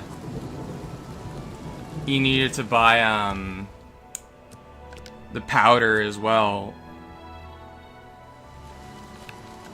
When I found that out, I was And that's slightly one of those annoyed. things. Yeah, when I was making a class and whatnot, it's like, okay. One of the custom things that I was doing was like, okay, yes, this class uses a magical firearm that is quote unquote attuned weapon to the person, which is like a kind of like the soul weapons from here in Elder Scrolls, where it's bound to you. It can't be taken away from you. It is always. Well, I mean that's only You can in always call upon it. that's only in the MMO because Skyrim. No, in the MMO, it's only in that because it's an MMO. Can't trade like stuff you loot to other players. Oh, I'm talking like if you remember in Skyrim, you have the soul weapons. Well, that yeah, they're but That's- those would just fill up no matter if a soul gem was nearby. Because you could give, you could have your follower have a soul trap enchantment on their weapon. It would fill up soul gems in your inventory, I'm pretty sure, and then or I'm pretty sure if I'm not sure if your follower had soul gems on them, if it would fill up though. I think that's just more of a gameplay mechanic thing. Yeah, I was basing it kind of off the soul weapons, the spells that you can use. The soul trap? Where you can just conjure a sword. Oh, you mean bound no, weapons? Yeah, it was going to be somewhere along that where it's like, oh, you could summon a sword and use a soul sword or some shit like that, whatever it's fucking called. I know what you're talking about. And it was basically something along that lines, but like, they were guns and whatnot, but it would shoot and deal force damage. I intentionally picked that for a reason. But it would intentionally do that, and it draws upon the user's magic. So so basically the kind of the backstory for it is like, okay, people who they have magical power, but they don't qualify to be like any other magical people. Like they're capable users and such, like a wizard and whatnot. They just don't have enough magic to cast spells, and it allows them Yeah, I turned the Nords and the Dunmer against each other. Yay, violence! I fully support. Yeah, starting a race war. Yay! Perfect. Elves are all the same. You elves are all the same. Do I have to like wait until they're all dead? Yep. And whoever comes out on top, just kill the last ones. Let's return to the see Shrine of who Mafala. wins that one. I mean, I could wait and do that, or I can just turn in the quest. I don't think they drop they don't have anything good on them. Like I was looking at their equipment. All they have are like iron swords. Yeah, true. Well done, little web spinner. Is there a prettier sight than friends? I think the ebony blade is way better in this game than it is in Skyrim. Because like in Skyrim, you have to like kill your followers or people that are befriended you, and that's the only way to make the ebony blade good. You like kill NPCs, which I hate doing. There is a way to kind of cheat it, and it's basically just use the permanent reanimate dead spell on like someone that you're friends with, and just like kill them with the ebony blade, then reanimate them, kill them again, and just do that over and over again. Oh, fair enough. Because I think you can also use it on like the followers you can buy, like you would hire. Yeah, but I wouldn't want to do that because I prefer to use the followers. Well, it's not one of the permanent followers. It's one of the ones you pay, like the hired hands. Oh yeah, but they're permanent followers too. It's just you got to pay them 500 gold each time. It's just I just don't like killing NPCs. Yeah. But at that point, you figure out which one you like the least. You pay the 500 gold. You fucking sacrifice Fen or whatever, or Faendal. Yeah, Faendal's useful. He teaches archery training. Yeah, but you can do that after he can't train you anymore, though. True. Oh wait, I know where I can rest. To get the Hermaeus Mora guy to show up, I can rest at the Arcane University. No, I agree. I don't like to kill NPCs unless I need to. Yeah, I mean, there's the one Daedric quest for Boethia in Skyrim where you gotta sacrifice a follower. And I just sacrificed someone I plan on not using at all, so... I love going to, what is that city? On the west side of Skyrim. Solitude? The orc one with the prison. No, the prison. Oh, Markarth? City. Markarth, going in there and saving. Yeah, and then saving the frickin' chick that's gonna get murdered. Who gets murdered the first time you... Oh yeah, because you can actually save her if you're quick enough. That's what I usually do, because I'd rather use her as a merchant. It's fun. It's like, no, I get to save you. I feel awesome. And oh, you get like a necklace for doing it as well. Alright, am I like Right. forgetting a Daedric shrine? Hersheen hasn't come up. No, I've already done her I like scene. Hersheen. I've already done her scene. Darn. Yeah, I wanted to learn more about them because I really like Hersheen because, well, he's the Daedric Prince of Hunting. So it's like, hey, that's kind of cool. Maybe I fucked the I quest wonder, up like, by keeping Umbra.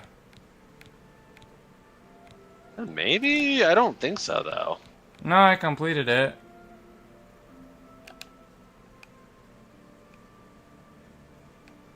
I'd rather keep Umbra, though.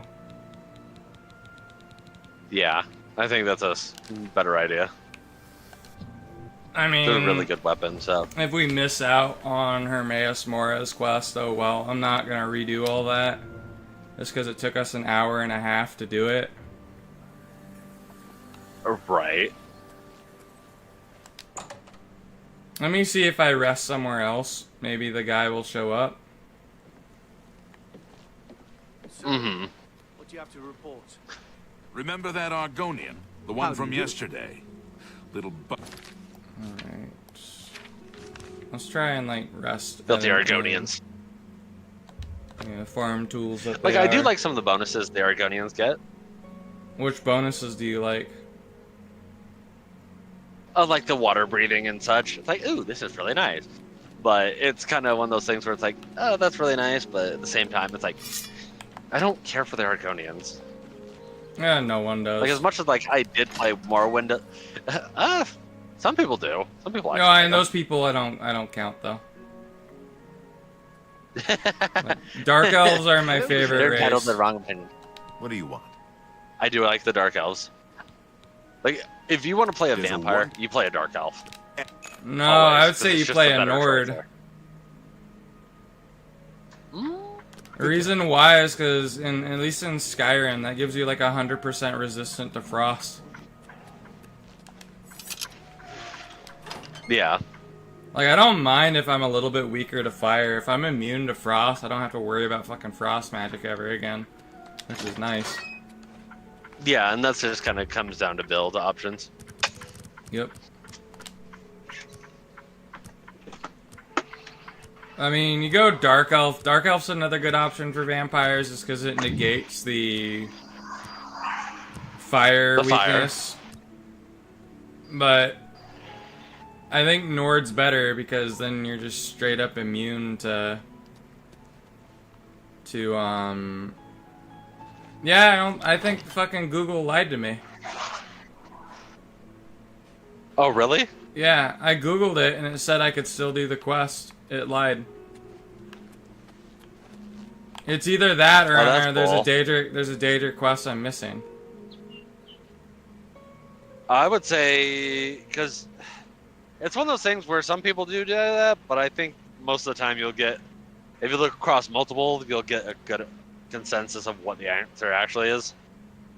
Yeah, I don't fucking care though. I mean, the only thing it would have done is it would have let us get our stats to above 100. But I can just cast the spell Become the Sigma and boost my stats by 100 for 2 in-game hours, so I can just do that, so it's no biggie. And then miss out on one quest. Yeah, and that's gotta come down to what your preferences are. Yeah, I'd rather keep Umbra as a weapon. Umbra is just too cool. Oh yeah, definitely.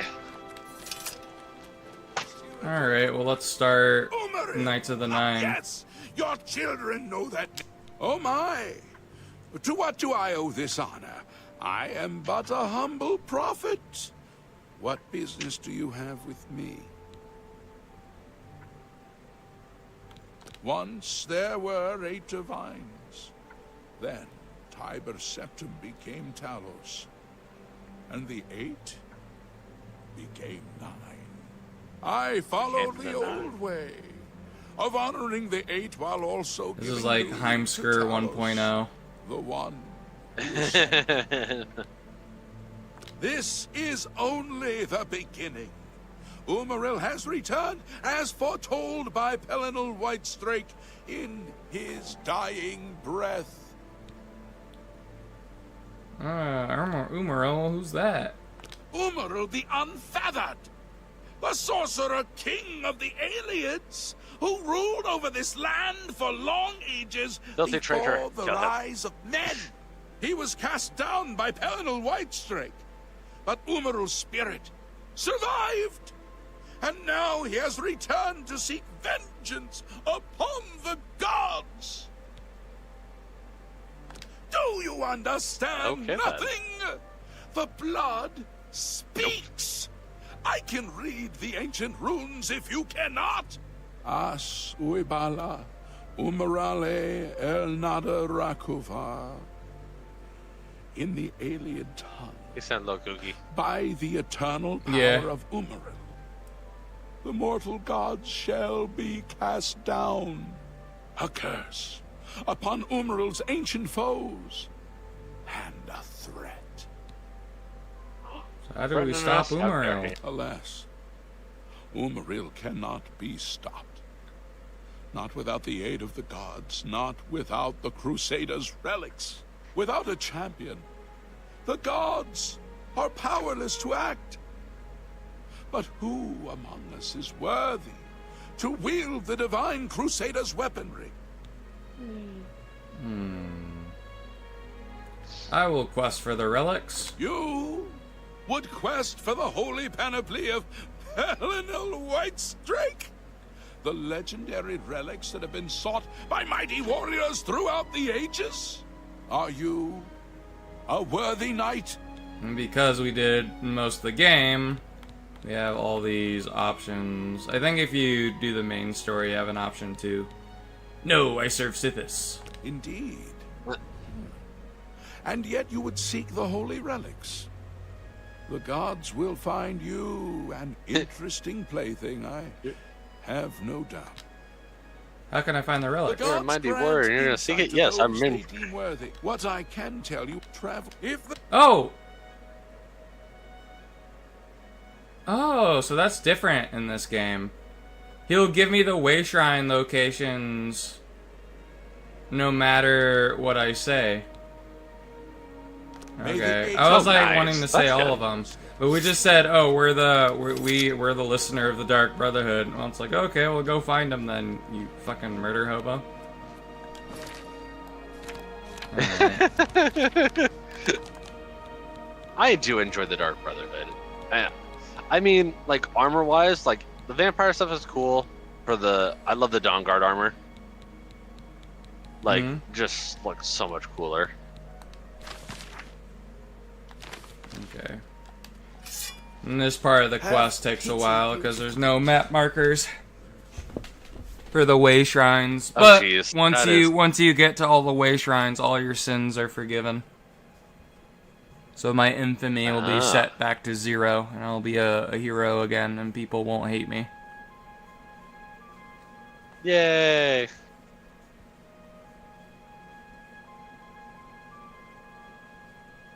Because the reason why like a lot of the guards are pissed off with me is because I have a high infamy. You have the hands of a healer. What is this? Well met. Oh, it's just him. Well. Okay. Well, now we just gotta go around the overworld and find these way shrines. But yeah, the Knights of the Nine armor is pretty good, cool looking. Heretic. You look like one of the Knights Templar, pretty much. Right.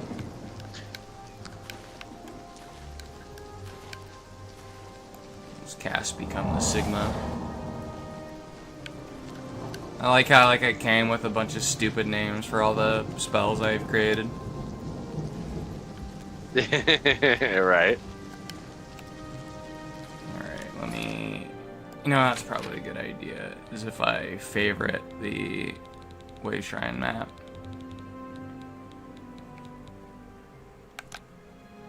Put that here.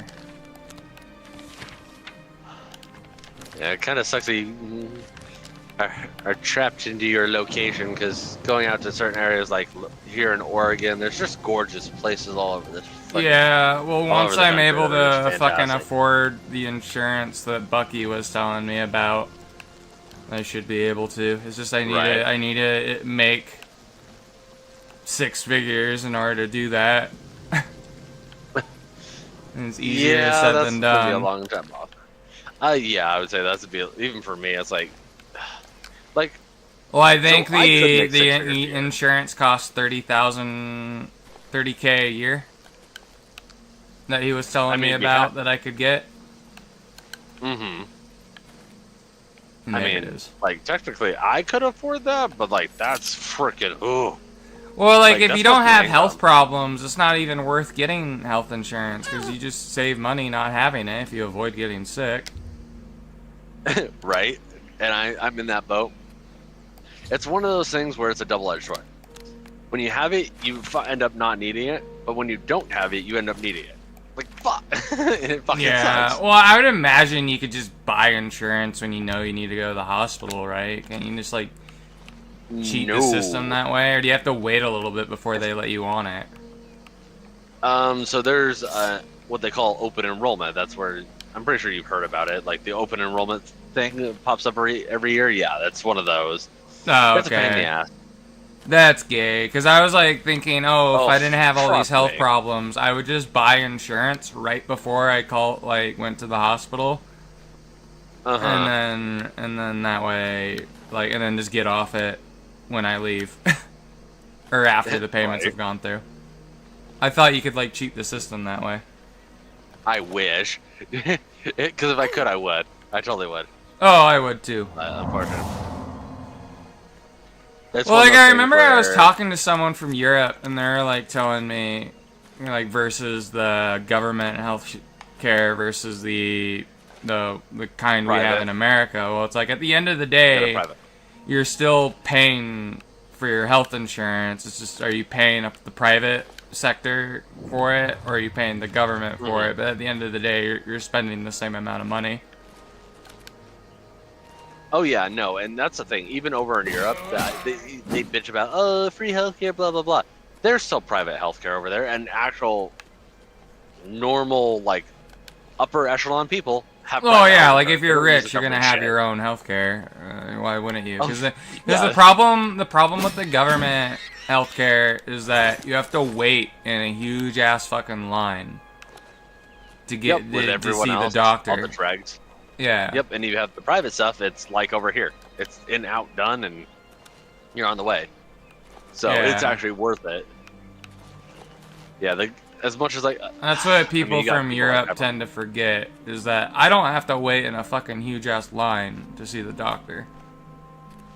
And it's typically the people bitching about it are the lower. I'm gonna say the lower dregs of society. I hate to put it that way, but it's true.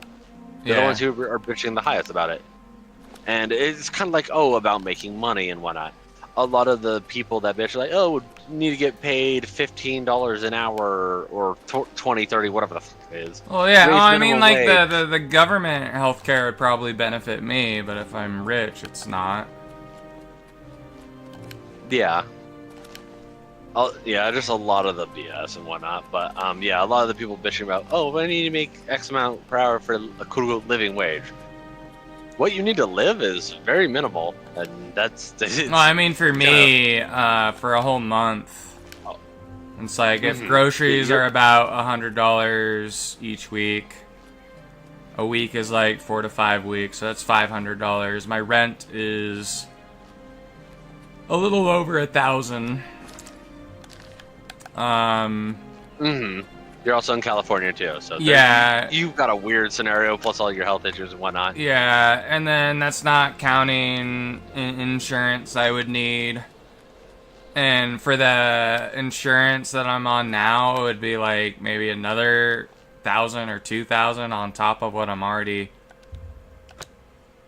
So, like, I need to make a lot of money before I can afford to get off of disability. Yeah, you're in a weird boat of a thing. But like, even a lot of my coworkers, like talking to them and whatnot, it's like once they take their bills and you take all your bills, you add them all that up together and whatnot, then you divide it by how many ever month, how many ever weeks. So let's say you need $2,000 a month for all your bills and everything, right? If it's 2,000, divide that by 4 because the average month is 4 weeks long. 2,000 by 4 is $500 a week. That's literally all you have to make is $500 a week. Yeah. Well, I Most know if people, I like, was they streaming, overestimate. if I get to the point where there's a lot more people watching me, it Right. should be doable. I mean, Exactly. I don't know how to compare it though, because I think Kib has a unique situation where he's able to make 6 figures with the amount he has, but he doesn't really have 30,000 subs. It's more like he has 9,000, is what he told me. Mm-hmm. But then again, he has like an extremely loyal following. And then, not only that, he actually gives stuff back to people, but then a lot of that he has to pay for as well, but he makes a little bit of money from it, but he, you know, like he has like the catfish and paying to be on a thumbnail or whatever, so. But he doesn't get all that money. Oh yeah, no. But then a lot of that goes to him creating his video game, too. So I don't know how much is a unique situation for him. It also comes down to how much is for himself to get by. And oh yeah, like he barely keeps enough for himself. Because he doesn't. I don't think, or I don't want to say too much, but. But it's one of those things. I don't know. It's what it is. We're talking facts. Yeah, I mean, I know he has people he has to pay though. So, that's the main reason why he doesn't keep most of it. He has all the artists. He has all the people making his video game that he has to pay. Yep. And then I would imagine that's really stressful for him because if he doesn't make a daily goal, then he has to let someone go or whatever. Yep. Oh yeah, no, and from what I know he did before work-wise, he sounds like he made some really damn good money.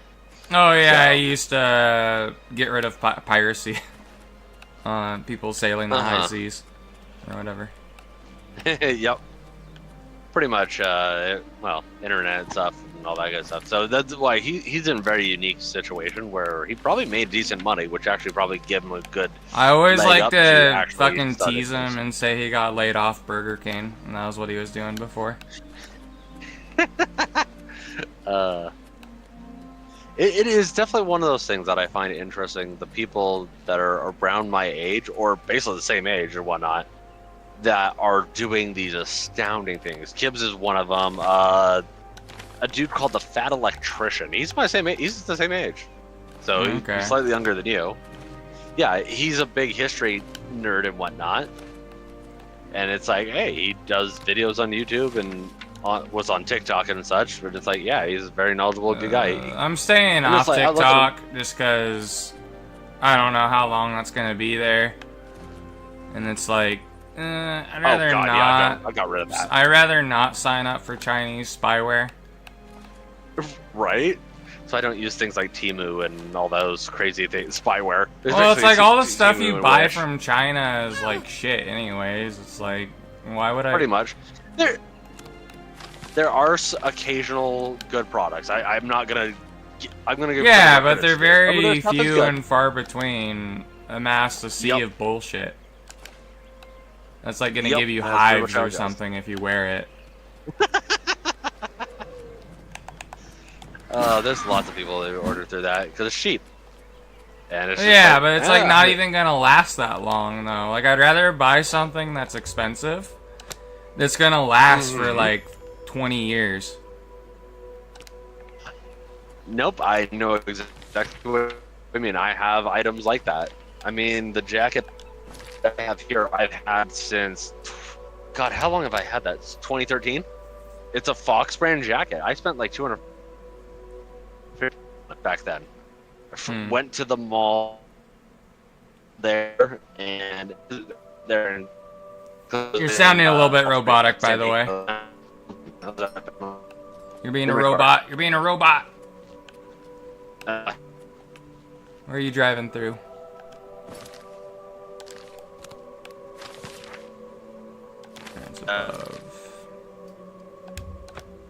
Try talking again. I think we lost. Oh, there you go. Yeah, that's better. You there? Oh no, it's starting to be shit again. Are we good? Are we good for now? Just keep on talking. I'll let you know if it's bad. Okay. The sissies. But yeah, I picked up a Fox jacket in 2013, and I still have it, and I've had it since then. Bought it brand new and such, $250. Yeah, but like I remember hearing this story from the one channel you're not supposed to watch if you don't want to get blacklisted by China, China Uncensored or whatever. But it's like there's this story of like this little girl who got like some piece of clothing for her birthday or for Christmas or whatever from a family member.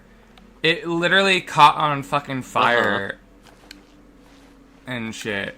When they were like near like a campfire or something, and she had like 3rd-degree burns or whatever. It was fucked. Oh damn, that is bad. Yeah, that's why you don't buy shit like that. And it's like why? And it's like nobody like. It's like this is a bunch of stuff you don't need as well. Like it's just like the only people who are affected by that are like shopaholics basically, and they shouldn't be be buying that much stuff anyways. Yep. Yeah, I've had this Fox jacket 12 freaking years, and it's got holes in one eye, it's soiled, and this, that, the other. It's been chewed on by a dog, and this, that, the other. It's like, and it's still good. I still wear it all the damn time because, well, I need a jacket to wear, and it has it. But I've also recently picked up some really nice stuff that is just like, hey, this should last me a good long time. Stuff that I've had for years. I don't know if I have any clothing like that, but I know I have some clothing that's pretty old. I know, like, I forget if it was for my confirmation or if it was for Christmas. I had to like actually get a suit because you're supposed to wear a suit to church on those days. Ah, gotcha. And I don't own one, so well, I own one now, but I didn't own one then.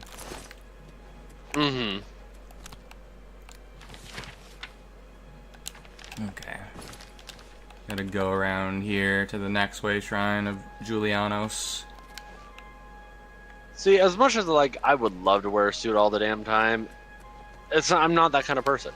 Just realistically, I drive a truck for a living, and yes, there are truck drivers who they dress nicely every single day. They put in the effort and whatnot. I'm not that type of person. I'm definitely more casual too. I think it is good to wear a suit to places though. I kind of miss how people always did that. Even if you were poor, like you'd find some way to get a suit. Yeah, there's ways to go about that. Yeah, it wouldn't be the best quality and whatnot, but there's ways of doing it and such. And yeah, I wish that kind of stuff would make a return. But also, like, I like 18. It's like, oh, wear a suit. Well, hang on. Whose definition of suit are we going off of? Because what time period are we talking? Because you want to talk the tip top of the iceberg. The 18th century, men's fashion was at a peak.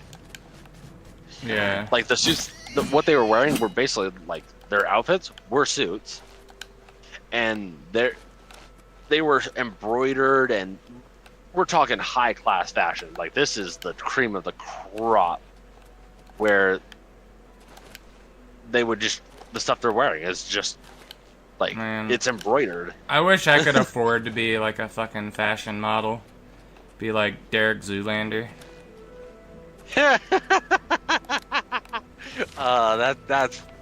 That'd be great. That's hilarious. Well, no, that's what I enjoy doing in fucking Final Fantasy 14 is the fashion game. Ooh. Like, I'm hey, nothing honestly wrong with that, thinking man. about ending my sub to that game, though, because, like, the only reason I keep my sub is to keep my property in the game. Or my house. And it's like, I mean, I'm not playing the game enough to really warrant it, I feel. Yeah, no, and that's the same thing. I definitely understand that, and even for me, it's like I was talking to my brother. He's like, "Oh yeah, you should get a Final Fantasy 14 and play that." I said, "Okay." I could Well, do at that, least but like I the don't- player housing and ESO, like I don't have to fucking stay online to keep it. Yeah, that I would have a problem with and such. And yeah, I was looking at some of the houses one up, but it's the crowns and the cost of crowns. Well, some of so- it you can just pay for with gold as well. Keep that in mind. Oh, really? Yeah. Okay, I was looking at them through the store. Some of the fancy houses that they have. Yeah, well, Yeah, the ones that are in they're, DLC areas, you need crowns for. But if it's like in one of the vanilla areas, you don't. And the most expensive they'll be is 1,000,000 gold. Gotcha. I mean, the one I was looking at was like the lighthouse one. It's probably gone now, but it was really nice. And like, oh, I'd get it furnished too. It's like you need 13,000 crowns. Oh yeah, that's like God, $100 right there. Mm-hmm. Remember See, that? I do like ESO. Oh, me too. But I kind of just want to end my sub to 14, mainly because I'm not playing it enough, really. I don't really talk to anyone in the game that much either. Mm-hmm. Because I think the that's... community is a little bit toxic, to be honest. Like, everybody in that game is kind of a little bit of a snowflake, if we're being real. Right. And no, and I It's like because they're that's all real soft, and they get like super offended by dumb shit. That's why I typically stay away from like PvP stuff because just all the no, BS I that goes prefer along with it. people be assholes though, like in fucking World of Warcraft or RuneScape or something. Mm-hmm.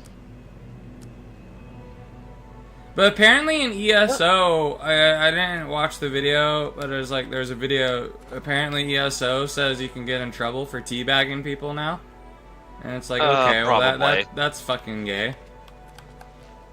Yeah, that's kind of why it's like, you know what? That's one thing I do like about Helldivers. It's PvE. I prefer PvE content, dungeons, raids. I prefer that type of content because a lot of PvP, especially like World of Warcraft. World of Warcraft, all the kiting, the dancing around. It's like, dude, I'm trying to kill you. Stop moving. Stop running around so much. Damn it. I mean, PvP is something you can learn. You're talking about like peeling and stuff, right? Kiting and all that kind of stuff. Well, like where you have to like bait someone or you have to like fall back and stuff. Because if you just charge in, you're gonna get Goomba stomped. Every time. I also typically don't have the proper gear, and it's like, you know what? I don't enjoy that. Oh no, I mean that's part of the thing though. Is like you gotta farm the gear with honor, which doesn't really take too long. It takes a lot longer to get the conquest gear because you can only get so much conquest per week. Mm-hmm. It's one of those things. I've just never enjoyed it, and I prefer the PvE content. It's what I prefer. I focus on that. I'm not trying to fight other people. It's like, okay, we're focused on what we're doing. My problem is I can't do PvE content anymore because like everybody does raids. So it's like, oh, you can't. There's a chance you can't show up because you have a stomach flare up. Well, we're gonna take someone else with us then. Yeah, a lot of like raids and such. Yeah, even I don't typically do raids because like, I'm sorry, I'm just not on. Oh no, like fucking, and you get into mythic raiding, that gets fucking toxic. Oof, yeah. I do not want to get into mythic raiding. I mean, I could probably do it. The problem is I don't know if I have the attention span for it, or if I think that's my main problem with it, is I don't think I have the attention span. Yeah, a lot of it is like, dude, so many mechanics and other things. I'm like, nope, not. It's just too much. It's not the like, mechanic part that bothers me. It's the fact that you have to rely on everyone. And then not only that, you're wiping over like 100 or 200 times on a single boss for progression. Yeah. And then everybody gets... at that point, the game becomes like a fucking job. And it's like, no, yeah, it's a I play video games to have fun, not to fucking have a job. Yep. No, and I totally agree. That's why I actually enjoy doing stuff out, like just playing how I want to play. Like, oh, not meta builds and all that kind of stuff. If I want to play meta, I'd look up the meta and just do what they're saying, because that's just what it is. Because like, I'm not. It's just not. No, I'm here to have fun. Yeah. I want to wear what I want to wear. I want my character to look cool, and there we go. If I want yeah, like I'd rather just wait a few class, expansions to where I can just solo that raid and get the cool transmog. Like I don't have time to do that. Like, pretty much the only, like, PvE content I can probably still do is, like, keep mythic keys. Mm-hmm. The dungeons. Yeah, on ESO, the dungeon... I think it's a dungeon that I was trying to do, is the cell... It's at the top of the... Yes, and it's like, it's the second one, number 2. Because yeah, that's that where one's easy. One of the Mach... Well, it's at level 41. Trying to do it solo. Well, even that one's easy, but you're definitely not going to be able to solo it. Nope. And it's like, dang, I wish. I mean, it's easy to get a group for that, though. I'm trying to find this stupid way shrine. I don't know where it is. Yeah, I tried queuing and nothing popped up. So I'm like, I don't know. But it's kind of one of those things. Like, you know what? They'll just get Cow to come hop on his high level character, and then we just. Oh, I mean, I play healer. I mean, I might be able to do it solo. No, if you play healer, why not? I'll just. Well, no, the problem is it's gonna take forever. I mean, you can just queue up for it. That's probably what I would do. Yeah. Might actually help if it's like, oh, we're in a party together and queue up for it, because it's just one of those things where it's like, okay, I'm trying to deal damage and such. But yeah, at the same time, it's like, I don't... I prefer to heal in that game. It's one of those things where I'm getting, quote-unquote, like, oh, yeah, look, all these skeletons are in this room, and I can't pick them off one by one. Because if I could pick them off one by one, I could have just went through the first one, no problem. But there's, like, 6, 7, 8 skeletons all there, and they're close enough together that they'll aggro, all of them aggro. So I'm SOL no matter what I do. Yeah. It's like I can't tank this. It's just impossible. I can't tank this, and my pets can't get enough aggro on them quick enough to actually do that. And even if they are able, they're just getting molested by the opponents. It's like I can't do this by myself. Yeah. Can't solo this content. Man, I'm having such a hard time finding this stupid way shrine. Like, I'm at where it should be on the way shrine map, but I think the way shrine map is telling me to go to the wrong spot.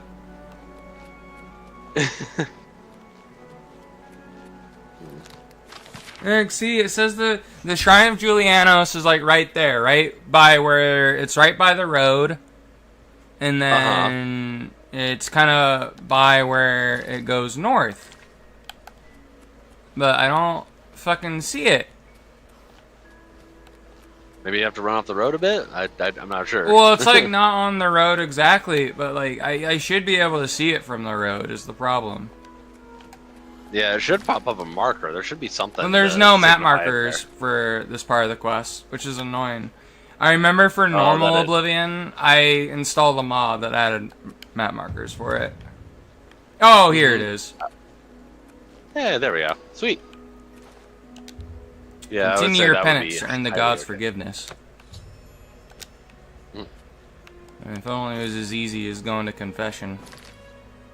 Right.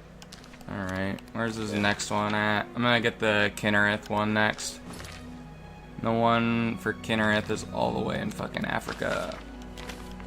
It's like somewhere around here.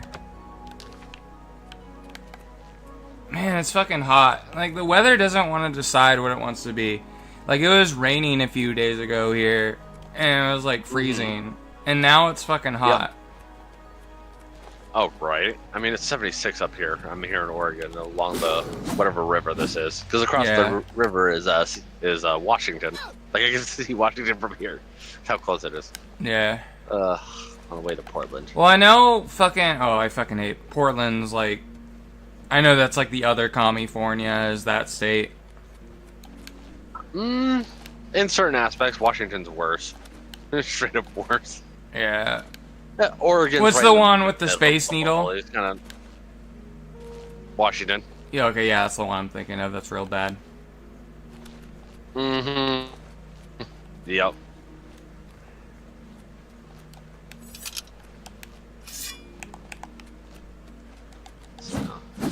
It's what it is. It's just like,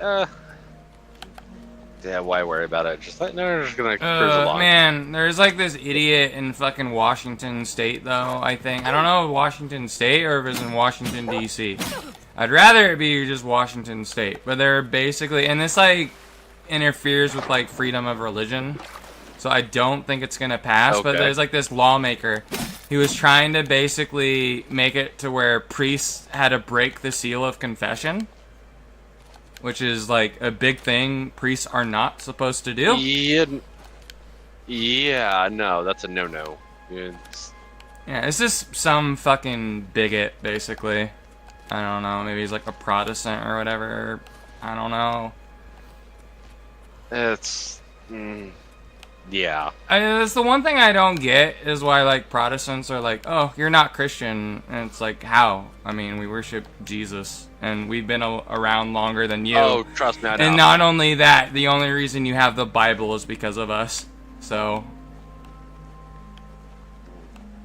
yeah, it's all just... I think, like, a lot of Protestants are historically illiterate. Who knows? It's... hell if I know. I'm a filthy heretic. I don't know. No Yeah. I mean, you just ironically worship Satan. It's one of those things. I've used the heretic thing. It's like, hey, it's what I picked. It's kind of name changes through stuff. Yeah. Being a Satanist and whatnot. I or a Levian Satanist.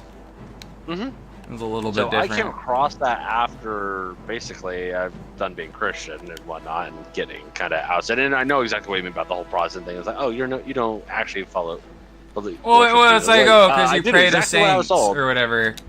But it's like, I'm pretty sure, like if you like just like historical context, like you do know, like Saint John, John the Apostle, his like disciple literally said, how do you know which is the true church? And he's like, oh, it's the one, if the bishop is there, that's the one. Well, which one has fucking bishops?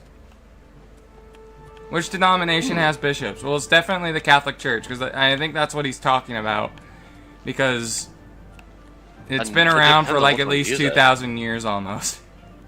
Yeah, it's kind of one of those things. It's like, I'm not a true believer, but I did exactly what I was told to do. Believe in your heart and confess with your mouth. That's like the problem with, like, the problem with, and this is me going on a tangent.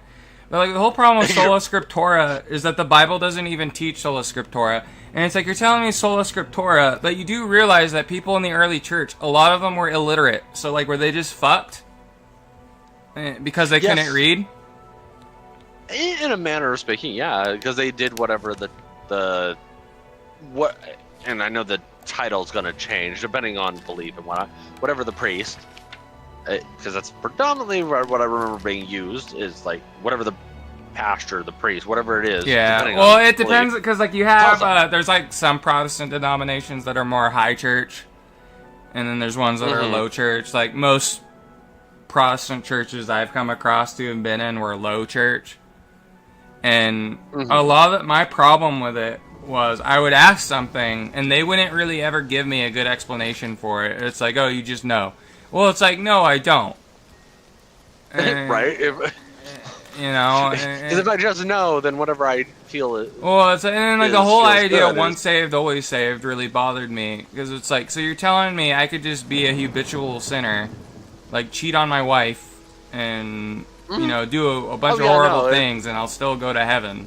Because that like if God is a God of justice, He wouldn't let those people into heaven, because that would be denying people justice unless they repented. But like if they never repent, then like they have no business being in heaven.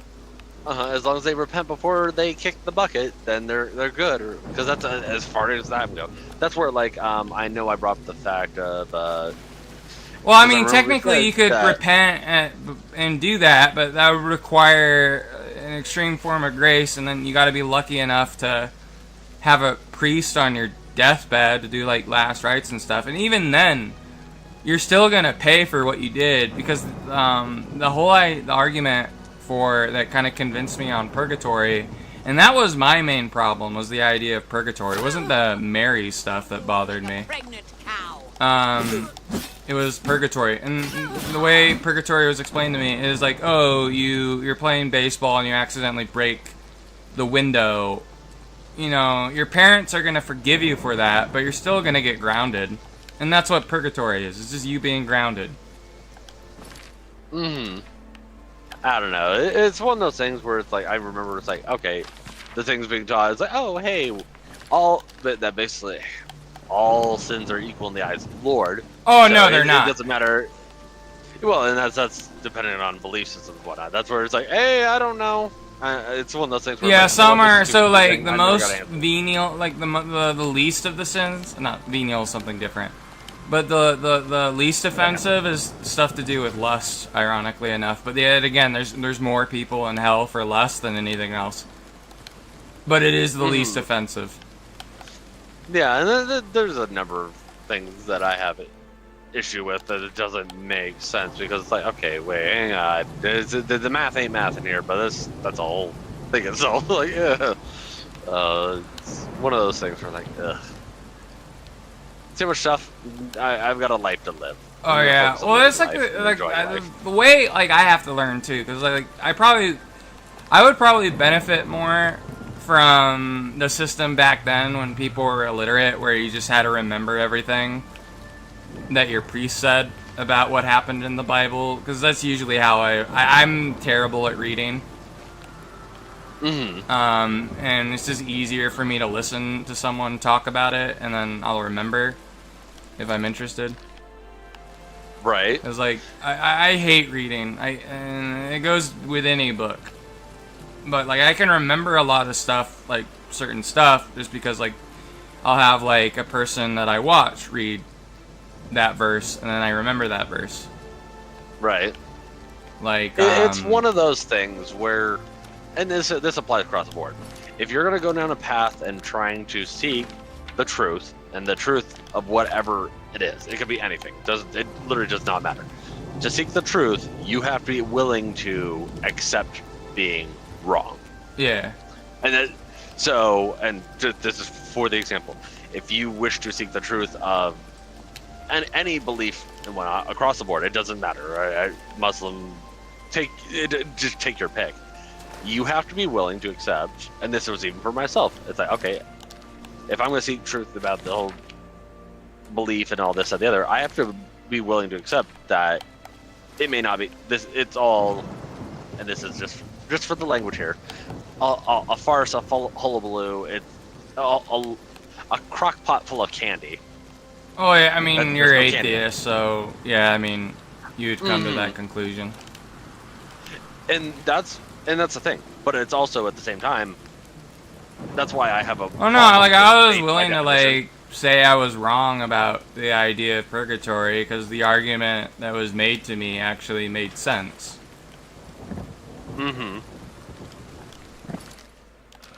And that's the thing, like faith by definition I have an issue with, because it's like, okay, it's belief without evidence. If I have to believe in something without evidence, then I mean I think there's evidence it's for no different things than, if you know where to look for it. Well, it's like, okay, there's evidence of Santa Claus. Yeah, I mean, he did exist. And all that, and then, like, there's an actual historical figure that Yeah, fits that bill. Saint Nicholas. So it's like, okay. Mm-hmm. You're telling me Santa There you Claus go, but, isn't like- real now? The Coca-Cola one, Santa doesn't exist. He's a marketing play. He's a marketing tool. But that applies same to the Tooth Fairy or any fairy tales or whatever it is to be there. It's kind of one of those things where it's like, hey, if I'm gonna go into this, I have to be willing to accept being wrong. Yeah. I mean, like I told you straight up, and I was fact. If they made the Pope, the Furby Pope, the actual Pope, I would convert to Catholicism. Yeah, well, I mean, I don't think Yeah. that's a good reason to convert to Catholicism, but it is what it is. Dude, if it was a day, all it would take is one day, because if he was Pope. I think one like day. the Pope Officially, has to be human too, though, is the problem. Hey, semantics aside, It has to be, if he was you know, elected someone for that's one day, in God's image. but it's for. Hey, if they made the Furby Pope the Pope for one day, officially, I'm not gonna make myself a liar. I would have to convert to Catholicism, Okay. even if it's for one day, because I was like, motherfucker. It's my own words getting myself in trouble. I'm getting bothered. There's another fucking way shrine I can't find. I just want to be forgiven, heretic. Why did the gods Right. fucking hate me? I mean, all I did was like steal a bunch of shit and kill a bunch of people. I know, right? Almost sounds like the Daedric princes I are a mean- far better option there. Sound much cooler. I'm a player character. It's in my fucking nature to stab people. And I know, right? I'm the main character. I got plot armor, damn it. Should be able to get away with murder and theft. it says it's like somewhere around here, unless I'm reading the map wrong. I got my athletics up again. Ooh, there you go. That's nice. I don't think athletics is gonna get maxed out in this playthrough. I'm gonna be Probably real. not. And it started off at Wow. 10. Right. Yeah, it's one of those things where I look for the truth in things, because like I don't like being wrong. I hate being wrong massively. And yeah, it's a bitter pill to swallow at times, but Well, I think the Also, trick that's what it is just being able to admit when you're wrong, because some people can't Yep. do that. oh, absolutely, accountability. Oh, women and accountability is like holy shit. Oh, They got yeah. the plague. Well, the one way to be successful as a streamer is to hate women, or so I hear. Mm-hmm. Yeah, that's where you get like a female streamer to stream for you, like Arch. He's gonna No, get well, no, boosted the and one person I do have on is Deeth's sister. She's pretty cool. Hmm. But usually, I just don't. I'm very selective on what female streamers I'll watch. Oh god, yeah, I barely watch any, literally, because most of them. And Like, then one of the ones I watched, I don't know if they're gonna continue doing stuff, but was Gargura, but she graduated recently. oh, don't ask me, I don't know who that is. And it was a little shark mean- girl. Oh, yeah. I mean, like I don't really watch a whole bunch of Them, but she's on Arch's stream, so it's like okay, cool. I think I know the one you're talking about. I don't know her name. But yeah. Lumi. Yeah, her. Lumi the No, I mermaid. just remember she popped in Kibbs's chat, and then I didn't know she was a streamer, and then Kib told me to shut up and not mention streamers. I'm like, oh, I didn't know who she was. The right. Man, I don't know where this fucking way shrine is. It says it's like right here. And it's like kind of by here, I'd imagine. But I don't fucking see it. And like, I wish there was like a fucking mini map. That would Right. fucking help. Like a mini map on the corner instead of like the fucking compass. Oh, right? That'd be freaking fantastic. Service. Oh, it's fucking. I don't know where it is. This is like the most boring part of the quest. Like after this part where we get to all the way shrines, it's fucking easy. But well, maybe it's up here. Maybe I'm just in the wrong area. I'm gonna check up here. I'm not sure. Part of me wants to check, but I think a lot of the music in Oblivion you can play on YouTube without getting in trouble. Yeah, I wouldn't know, so. Well, I know fucking Asmongold plays it a lot.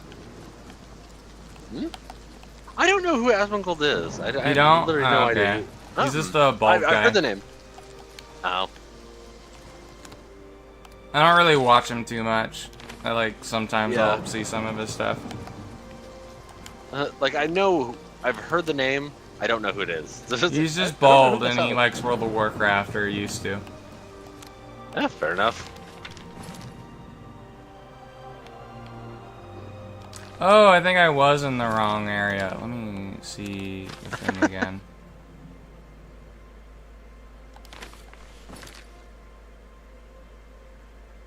I don't know if I've gone too far again.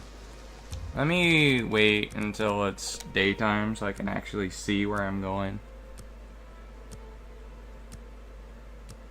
Yeah, I don't know what I want to stream later tonight. If I want to stream Titan Quest or RuneScape again. Right. I'll probably do Titan Quest because I want to finish that game just because not as many people are interested in it, I think. Yeah. So I just want to finish it and get done with it and then move on to something else. Right. Ooh, there's a new Helldivers Warbond coming out that looks frickin' sick. I mean, that's not a game I can stream because I don't have a bunch of people to play with. Fair enough. I mean, other than being with randos and such, but I mean, which is hit or miss. Yeah. Like most, I mean, typically I don't play on super high difficulties, so normally I don't. But it's kind of one of those things. I enjoy it, but the new Warbond looks fantastic. Oh, there we go. Found it. Yes, a lot of the gear looks fantastic. I want the gear. I like the gear. Yeah, I like the last Warbond that came out with all the cowboy stuff. Oh, absolutely. This new one kind of has a World War I theme, kind of like a pickle helmet. And so it looks phenomenal. It looks fantastic. I was like, I need it. I think my mom just showed up. Alright, well hopefully she knows that I'm streaming and we'll be quiet. Right, I gotta go to the Shrine of Zenithar and Talos, I think. Right. We'll go to Talos last. Yeah, and it's gonna be one of those things where too I'm heading into along the road gorge here and whatnot. There's just a service likes to take a dip. Oh yeah, well, I'm used to it. When I used to talk to my dad and he would drive through somewhere and then his phone would disconnect. Yep, that's kind of what it is. And it's cool that you can like talk to me while you're technically working though. Oh yeah, I have typically. I mean, other than this, I'd be listening listening to music, talking to other people on Discord, or YouTube videos, whatever I want to do. Pretty much, I've got nothing better to do. I sit here and drive, look out the window. Yeah. I mean, I'm paying attention and all that good stuff like I'm supposed to. I mean, the other day I avoided hitting a deer and a dog. Ooh, nice. That's all the always same day. A plus. I would feel less bad about the deer, but definitely would feel bad about the dog. See, yeah, because the deer, I would run it over, and then I would put it down, and then I would put it in my vehicle and eat it later. That's called poaching. That's a no-no. Yeah. Well, it's only poaching if you get caught. True. I mean, the deer will do more damage to the truck than the dog will, because the animals were decreasing in size. So there's that. That's a bonus. But it's like I don't want to hit any of them. The deer is gonna mess up my day. The dog is gonna probably mess up my entire psyche. Yeah, well, no, it's just sad whenever a dog dies. It's why, like, the one thing you can do to fuck over your YouTube channel, like, let's just say you're playing Dragon Age Origins, and you know how, like, you have to cure the Mabari of the poison? But what you can do is just be a complete psychopath and just murder it, and then that'll make people fucking hate you in real life. It's not even a real dog. Oh, right? Yeah, people are like, no, don't hurt the animals. It's just kind of one of those things. It's like, they're beloved. Well, especially doges. Oh, yeah.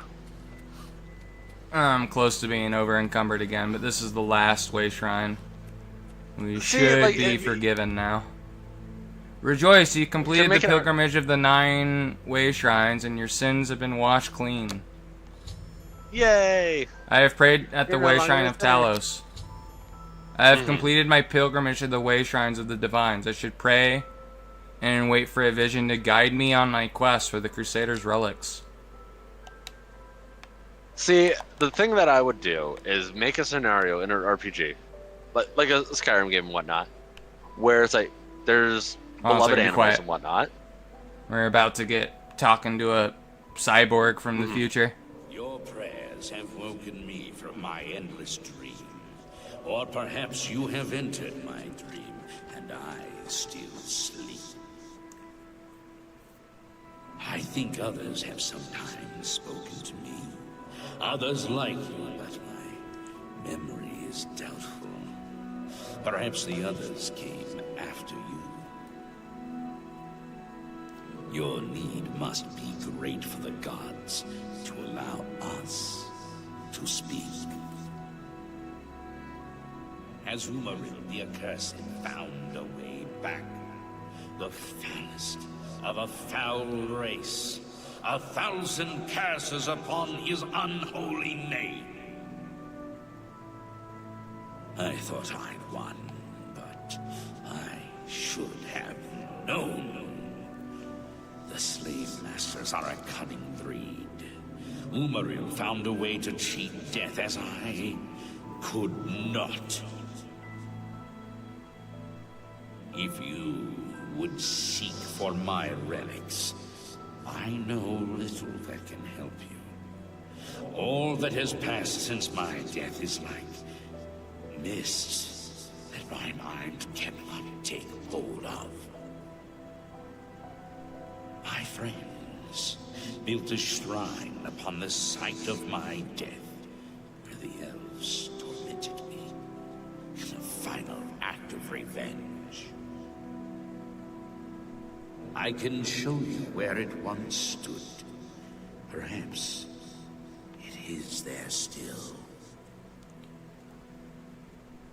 Fare thee well, Sir Knight. May the gods grant you to destroy Umaril utterly, as I failed to do. Oh man, he looks like a Teutonic knight. You can talk again now, by the way. Okay. Yeah, so if I could make a quest, it would literally be the best weapon in the game, like, or best gear in the game.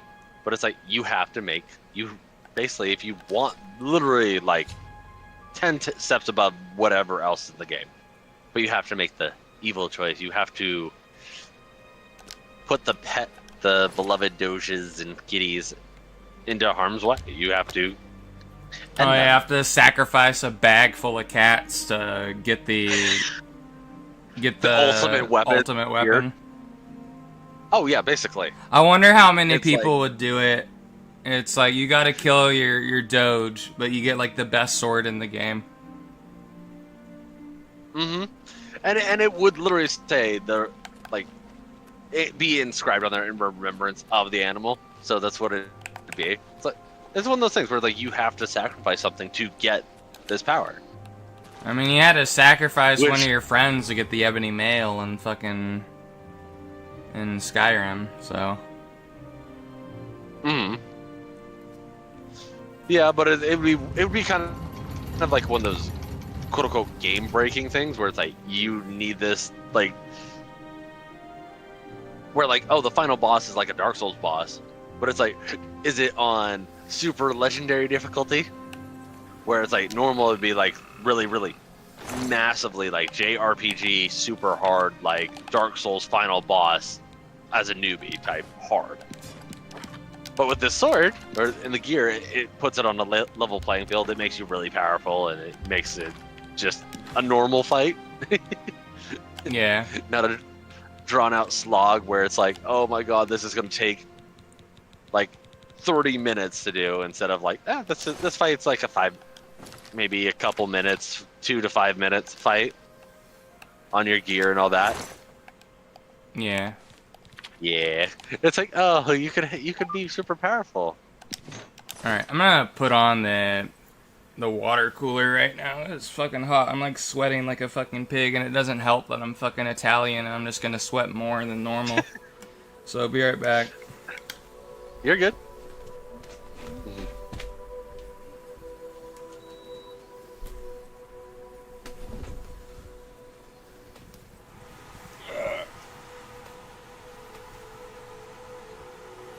Take off my shirt as well.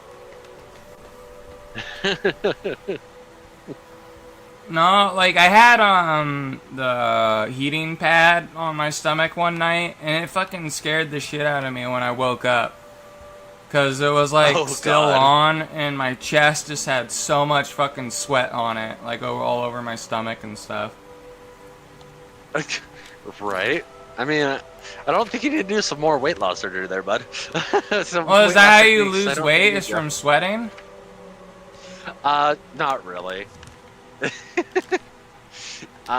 You will lose weight because you're losing fluids out of your body. Yeah, well, I had it on because it's supposed to help with nausea. But it's like when I woke up, like fucking drenched in sweat, it's like, I don't think I want to have this on anymore. Yeah, I would say having it on to fall asleep to would not be good, especially since it doesn't have a timer to turn off. Well, yeah, it had a timer, but I set it for like an hour or something because I figured it'd take that long for me to fall asleep. Mm-hmm. I know, like that shit scared the shit out of me. I would say so. I'm freaking mortified. Because like I already like sometimes wake up drenched in sweat without it. Uh-huh. But like with that, it was even more so. Yeah.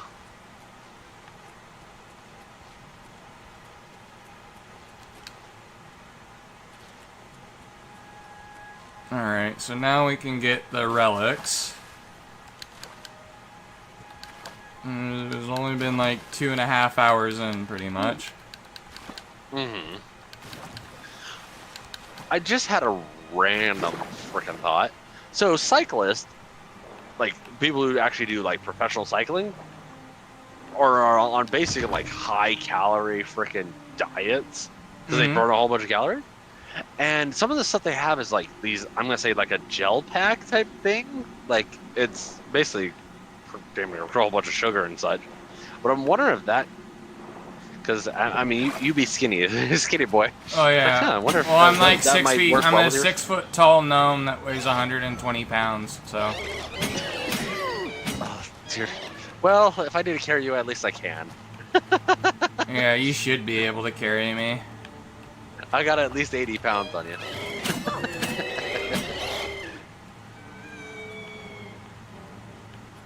Alright, where's the fucking relic at?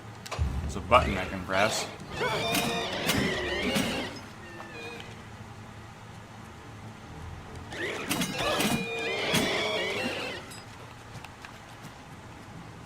I'm killing a bunch of spooky ghosts.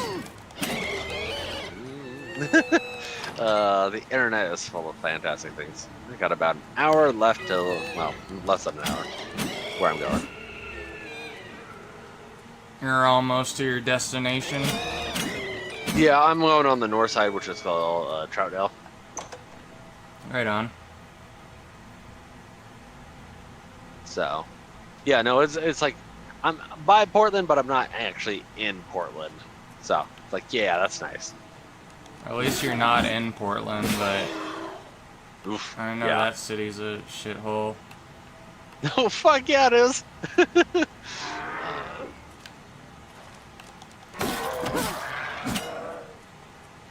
Well, now I can just go to any fucking shrine and next to the 9 shield. Fine steel longsword.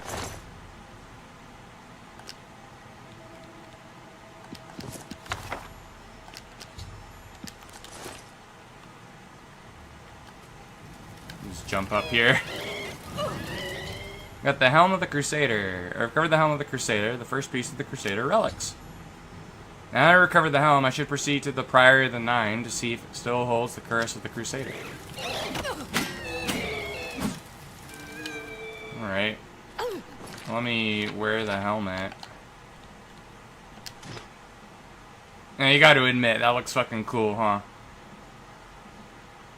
I don't have it up right this moment, but it probably does. Oh yeah, I forget you're driving.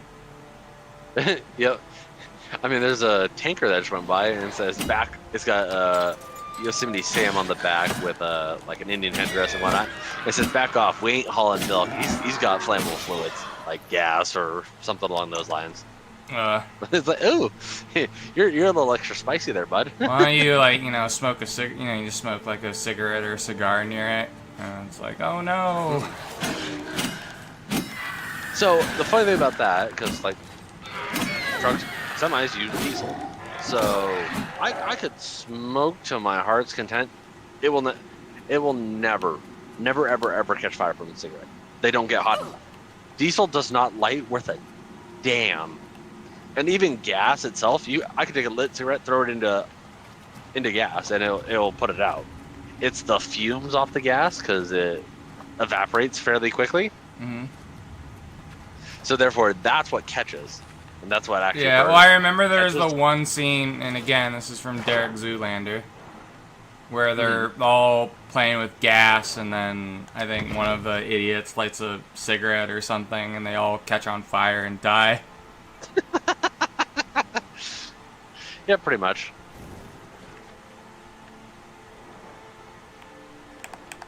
But yeah, that dungeon was underneath the water. Now you just gotta get the cuirass of the Crusader. Right. Yeah, this helmet looks fucking cool. It looks like a fucking Teutonic's Knight helmet. I think out of like all the holy orders that were like Crusaders, I think the Teutonic Knights had like the coolest drip. Because like they had like wings on their helmet. Nice. That does look nice. I did pop it up real quick so I could see it. Like, yeah, it looks fucking dope. Right? The Priory's over here. Mm-hmm. I'm trying to remember because I have with ESO, some of the other factions have like better looking armor to me personally. I'm trying to remember which ones it were. You don't like the Chad Mary Dominion's armor? No, it's still good. Don't get me wrong, it's actually fantastic. But it's you don't like the eagle motifs? Not in particular. I mean, there's I think there's like a historically in the 1940s, I think there was a faction that had a bunch of things with eagles. Somewhere in Europe. Yeah. Or led by a man with a pretty mustache, or a funny mustache. I think he was Austrian and he was a painter, right? Yeah, he was like, I think his paintings are just too ahead of its time. You know, that's why they didn't let him into art school, and then that pissed him off. Right. I mean, if you actually look at some of his artwork, it's really good. Like, oh yeah, like I've seen some of it. It actually kind of does look amazing. I think if speculating here, if I remember correctly, I think it had to do with his father was the reason he didn't get into art school for some reason. I don't think that was the reason why. I think he just got rejected a couple times because it wasn't anything his father had to do with. Because it's not like his father was in the it was like a dean at the art school or something. Yeah, it's one of those things like, oh hey, We need to look into it and actually start doing research on that. No, but I remember in middle school, we had to like read a biography of someone, and I chose him. And my Really? teacher was like, "You sure you want to do it on him?" I'm like, "Yeah, no one else is." Huh. Fair enough. I mean, well, because it's one of those things I remember hearing, but I'm not well versed on that. It's like, I would need to actually look into it. But yeah. No, it was a pretty interesting read. It was one of the few books I read. Mm-hmm. Hey, there you go. Let's see, learn something every day. All right, we have all the ghosts of these crusaders. By the strength and guidance of the Nine. Sounds like you have an army. Comes before us upon this sacred ground. I mean, isn't fucking Aragorn pretty much a necromancer at the end of Return of the King? And he has all those ghosts fighting for him. Be like a ranger / oathbreaker paladin multi-class. I'm gonna go no, because he basically got a whole bunch of oathbreakers because that's who they are. Yeah, but he was like basically a paladin at that point with a bunch of undead fighting for him. Okay, because he basically was restored their, give them the chance to restore their honor. So, I mean, realistically, it would just be him taking the Oathbreaker class to start out with, not like actually being a paladin who broke their oath. See, I wanted to play an Oathbreaker because the Oathbreaker line of like what they have available is just like they get so much cool stuff. Well, they get an aura that boosts their undead's damage. I don't really think they're that good of a paladin, though, to be honest. Probably not. You have bested Sir I mean, I personally like Oath of Conquest a lot, just because I like causing people to run in fear. Oh, right. Bow before I mean, if you combine that with the Pact of the Undead Warlock, it's just fucking amazing. You have fallen. Step back and let the That's what I did with the character. So, like, every time he attacked something, they would have to make a save or be feared, and then he had the aura that made it to where they couldn't move if they were feared. Oh, and nice. then what he would do is he'd have the Shield Master feat. So, he would knock people prone, and they were afraid, so they couldn't get back up. They were just stuck in the fetal position at that point. Oh, rolling for disadvantage, motherfucker. Yeah, like I would have advantage on them when I would attack, and then they would have disadvantage. Well, one, because they were afraid and they were looking at me, and two, because they were on their knees. Praying that you won't kill them. I think the character's name was Amir. He was the softer side of Isis. Because he was like, we were playing in like a post-apocalyptical version of Earth. Ironically, he wasn't Muslim. He worshipped Ishtar. Fair enough. But he was a pagan. But he was from Saudi Arabia, and he was part of Team Saudi Arabia instead of Team America. You have lost, Serge. So he was like a spy, basically.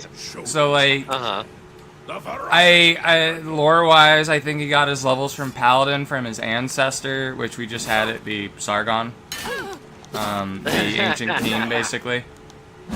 And then that's where his Paladin and his undead, his Warlock levels came from. But then him as an actual person was like College of Lore Bard, because he was an actor. Where did you get the aura from? The aura, the fear aura from Oath of Conquest Paladin. Okay, so the aura's for there. Yeah, like, and then okay, so the thing where you attack fear. someone and they have to make a save or be feared is from the first level of Undead Warlock. But I think I had like either 6 or 8 levels of Warlock. I had enough levels of Paladin to have the aura from the archetype, and then the rest of my levels were Bard.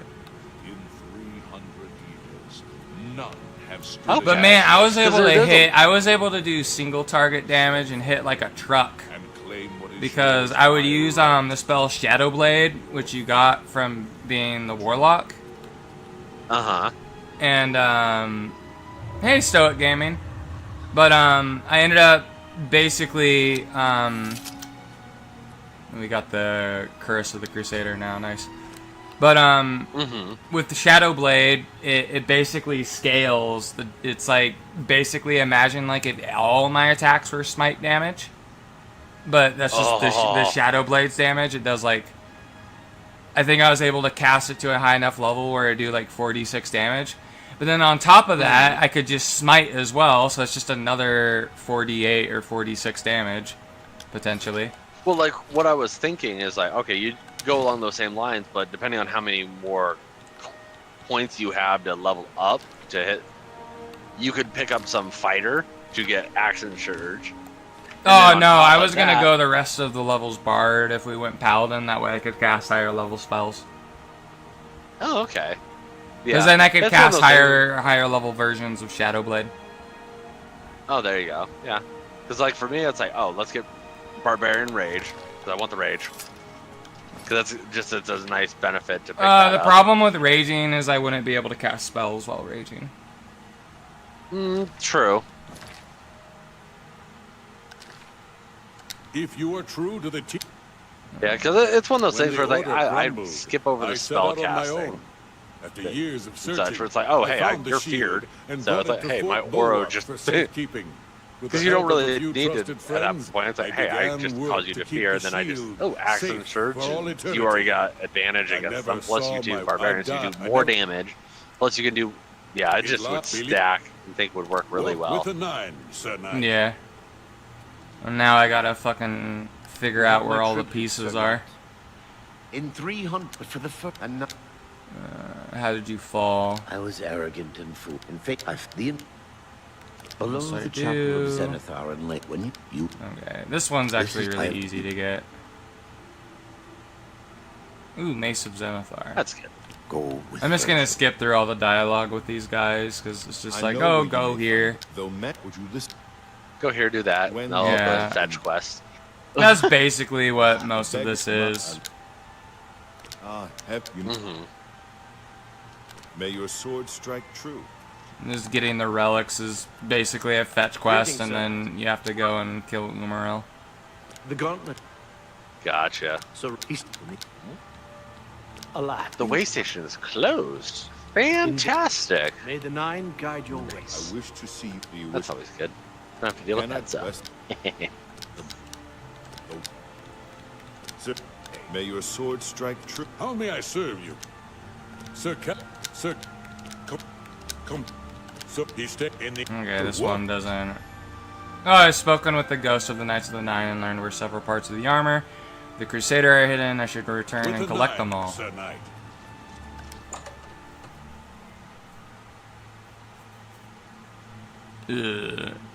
Now we got the chest piece. We have no pants, though. Well then, that's sounds unfortunate. We have our Breton ass showing. Nice. I think like the Bretons are supposed to be like just like your typical medieval setting. But I know like a lot of their naming scheme is like off of the French. Ah, okay. We'll do Nature's Fury first. That one's an easy one. I just gotta get wailed on by bears. Right. Yeah, I think a small faction, similar to like the Blades faction, like just like something like that would be really good in regards to, because then you could actually add like firearms to Skyrim, but it would be so small. It's like they're not widespread. Similar to like the Dawn Guard and whatnot. It's like, oh, it's not a big faction. It's a really small one of kind of like crazed engineers or something. I mean, really, the only people I would think of that would be smart enough to make guns would be the Dwemer. But they all disappeared. Right? Which actually could be a good way to actually bring them back and add a new race into basically the Elder Scrolls series. I don't think they're bringing them back. I mean, they all zero sum. Yeah. Boots of the Crusader. You would seek the holy relic Kinnereth has bestowed upon the world. Then you must prove yourself worthy. Kinnereth's creations guard her relic, and you must pass the test before you may be granted the boots. Alright, test what test? I cannot say what it will be, for I do not know. Kinnereth herself will decide in what manner you shall be tested. All I can do is direct you to the Grove of Trials, and remind you to heed Kinnereth's teachings. Fear and respect nature and all her creations. Where's the grove? Not far from here, to the west, nestled within the great forest, it is a place many would overlook. I warn you that it is unwise to take anyone with you. You should go there alone. Okay. Fear and respect nature. Indeed. You... Very well, I shall take the test. Then proceed direct. Good luck. Goodbye. Basically, the reason why it's unwise to take anyone with you is because people with you will try to defend you, and then it kind of interferes with what you're supposed to do. Gotcha.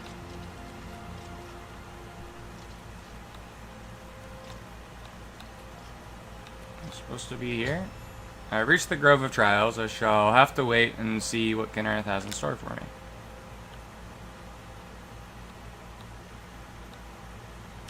Wait an hour.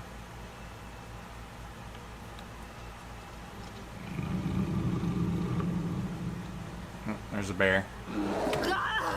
And then basically just have to have the bear wail on us because we have to fear and respect nature. I guess that means having a bear fuck you, I guess.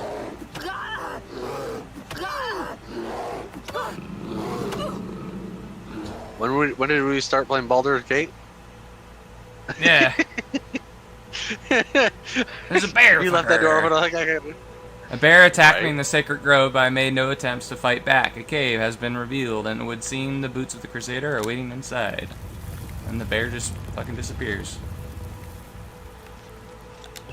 Okay, then. Yep, that's all you're supposed to do. You just gotta let the bear hit you a few times. Oh, that's irritating. Well, it's not like it's gonna kill you. I Right. acquired the boots of the Crusader. Equip those now. Find where it is. There we go. Fortify restoration by 6 points. It's honestly not too good, but it adds a spell apparently.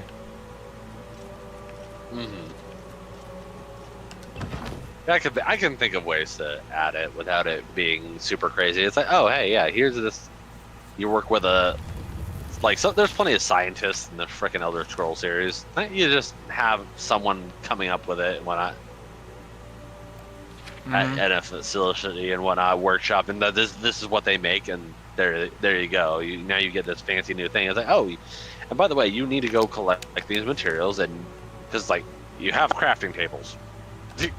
Yeah, I mean, I'm not too worried about them adding guns to the Elder Scrolls because I'm not obsessed with them. Like I prefer bows and crossbows in my fantasy settings. It's for me, it's the actual like timeline of because firearms have been around a long fucking time.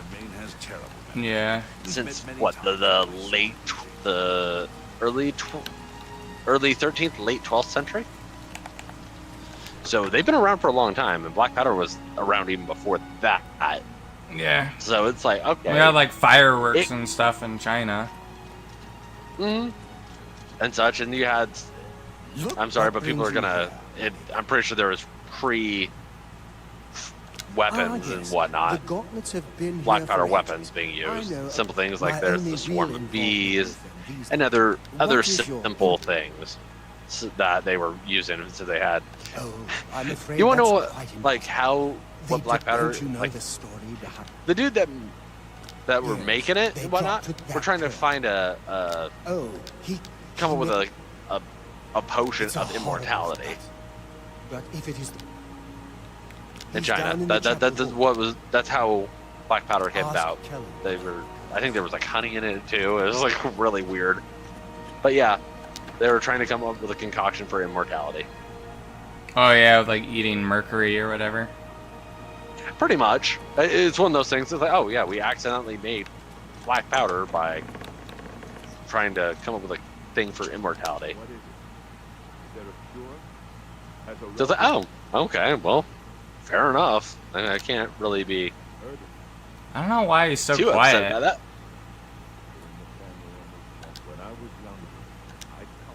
Alright, well if I can't hear him, I'm just gonna skip through. Mm-hmm. Crusader.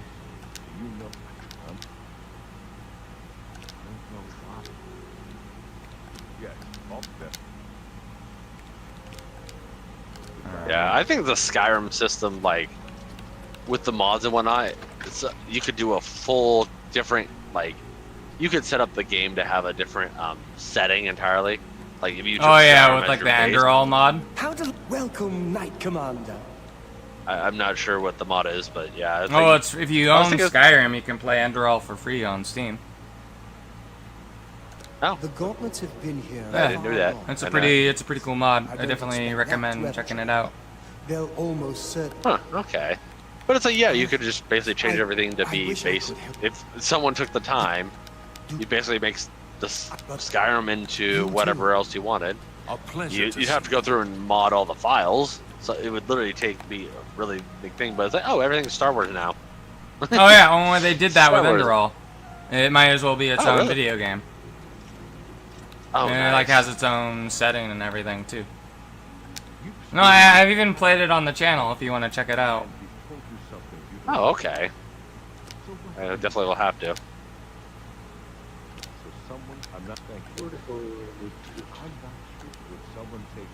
I'll try. I'm headed back that way. Alright, am I able to take the gauntlets now? Hail. Into fire and steel. There's to pray to Sendar to lift Kellen's curse. Lay on hands on Kellen and you see him at once. Okay.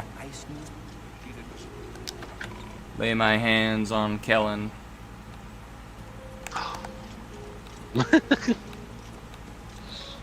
Alright. Is this a touch spell or a... No, sorry, I believe that's a felony. There we go. I have lifted the curse from Kellen, which means taking it on myself. As a result, I am weary and my fatigue has been affected. So this is just what I have to deal with in real life. With the curse lifted, I can now retrieve the gauntlets of the Crusader. When Obsidian Remastered becomes real life simulator. And now I should be able to lift the gauntlets up. I've recovered the gauntlets of the Crusader.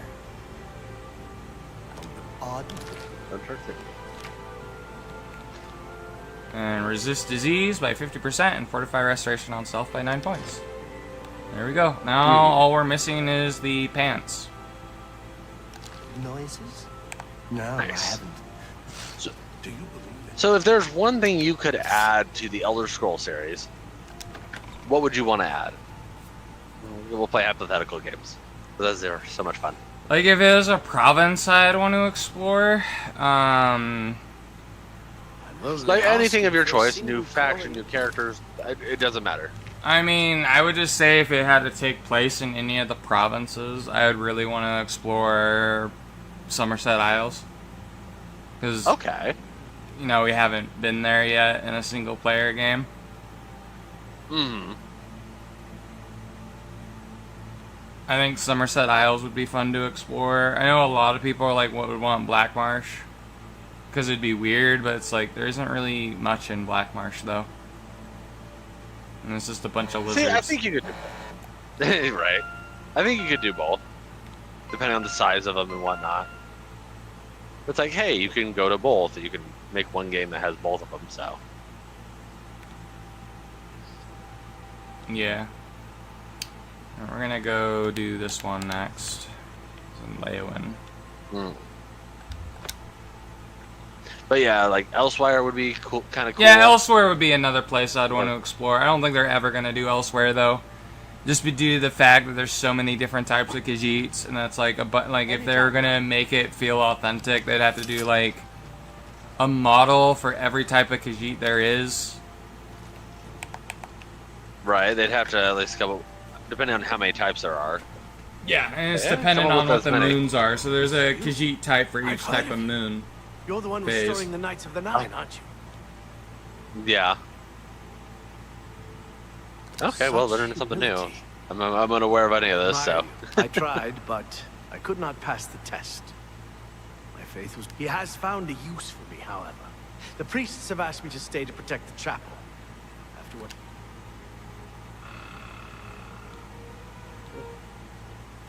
Legends say that when Pelennor White sent one... Legend sent one... But... So there's nothing that you would actually add out from that's not already in the Elder Scrolls series that you'd want to add to it? I mean, if you're like adding new content, I mean, I don't know. I mean, I could just think of like where I'd want a game to take place, and that I'd either want a game to take place to where you go to Somerset Isles or you go to Akavir. Akavir. Which one's Akavir? You're gonna have to give me Far to the east. It's not even on Tamriel. It's on it's in Akavir. Okay. It's on like a different continent. Oh, dude, that'd be definitely kind of cool.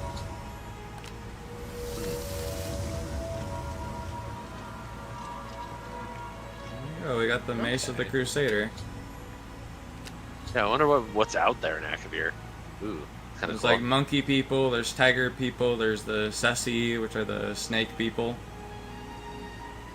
Oh, okay. There's the snow So new demons. factions. Ooh, snow demons. It's very, think of like East Asia. It's what it's based off of. Like, you want to have weeb adventures, you go there. And it's where the whole... You know what? I would be... The whole, like, so the blades were made by the snake people that came over to... That came over to, Tamriel during the Second Era with Remen, and that's how the Blades faction was formed. That's why they have, like, katanas and stuff.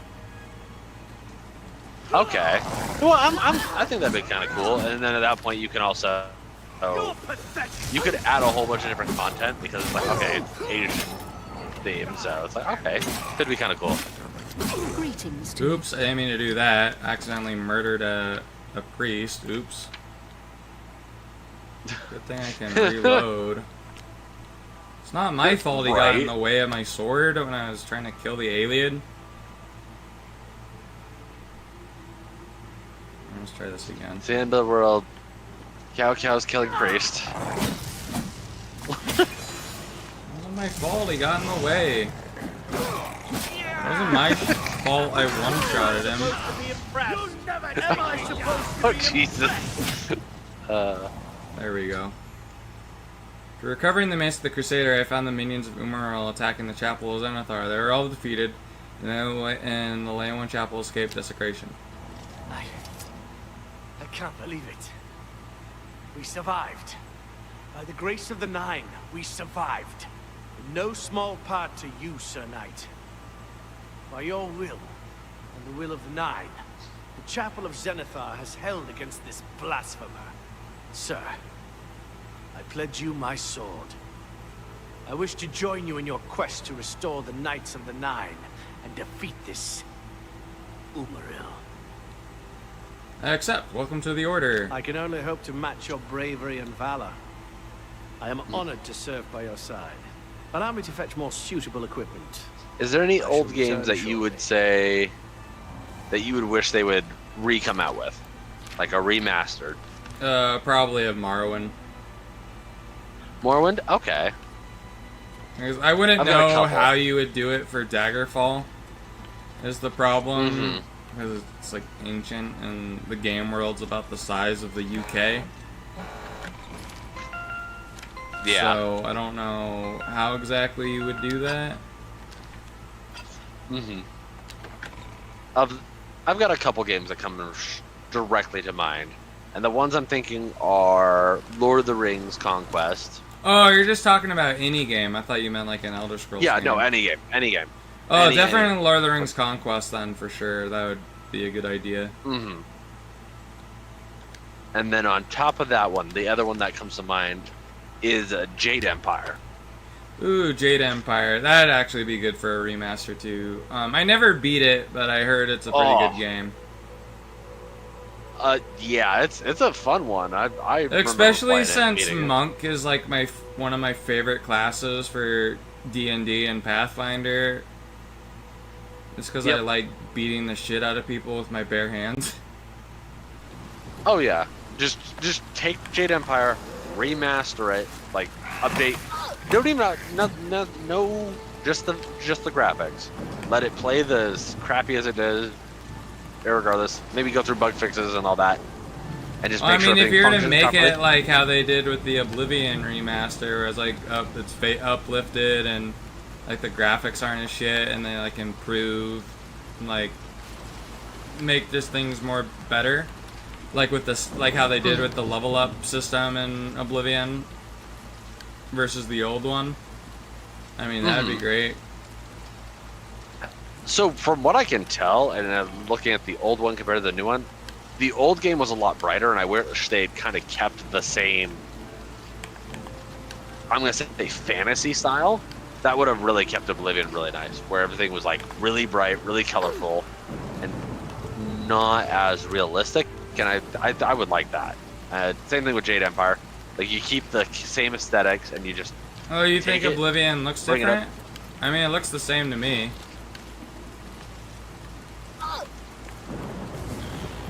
You there? No, it definitely, there's a noticeable change. Can you hear me? Yeah, I can hear you. Okay, I didn't know if I lost service or not, because I'm getting closer towards there. Yeah, no, there's definitely a visual change. You can definitely see it. I know Arch did a whole thing on it, and definitely watched that. And some of the characters, they don't look as vibrant. Some of them look worse. Like, I've seen some of them like, oh my, that looks horrific. I think It's Oblivion just like, Remaster is an overall improvement. Oh yeah, no, overall it's definitely... Like, I like that the characters don't look like potatoes anymore. Like yeah, there is that. Some of them look worse. Some of the characters do look worse. I would say if any look worse, it's the Beast Folk, like Argonians and Khajiit. Yeah. And that's the thing. Most of it still look fine to begin with anyway. There are some issues with the facial structure because, like, this option is a quote negative option, and it's like you could definitely tell by the facial expressions. It's like, ooh, this would be kind of fun.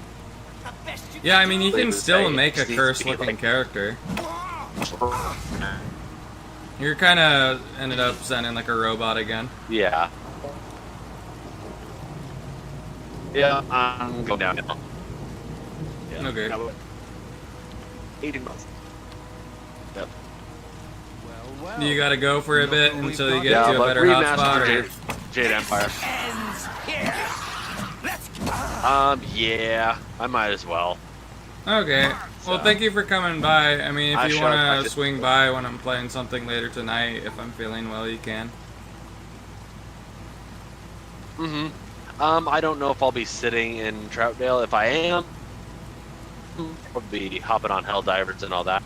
Okay, well, yeah, I mean, definitely enjoy video games. So I'll be sitting. You don't have a... I'm gonna try, but we'll see. Yeah. Alright, well, thank you for hanging out with me while I try and find these relics. Alright. I'll talk to you later. Alright, later. Y'all have fun at the stream as well. Have a good... Yep. Alright, let me cast fucking clairvoyance. That way I know where I'm fucking going.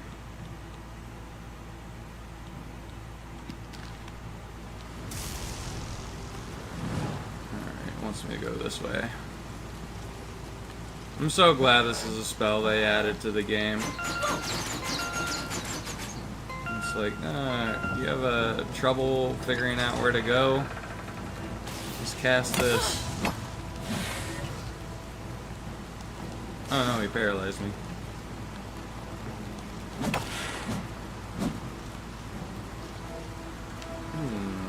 It's closed. Now, where's the lever for this? It seems like I can continue going this way.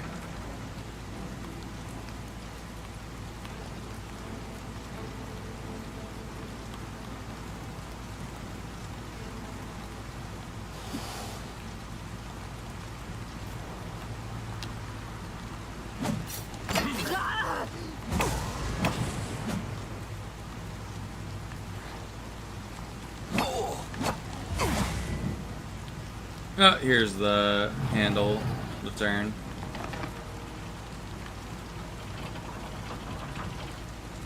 Alright, that opened up this.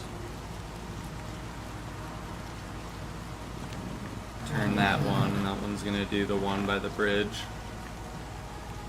It's perfect.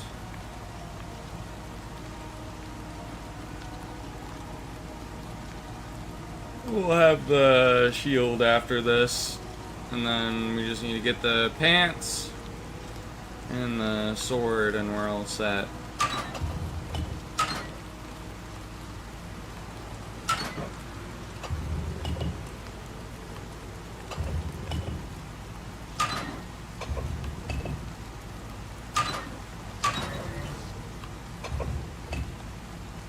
Oh, something's paralyzed me.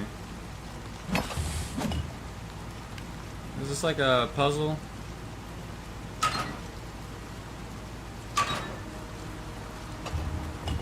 This one, two.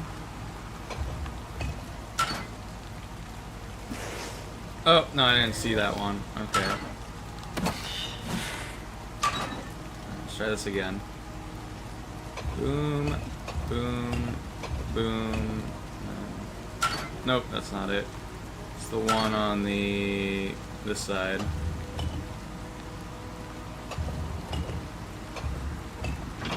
There we go. We figured it out.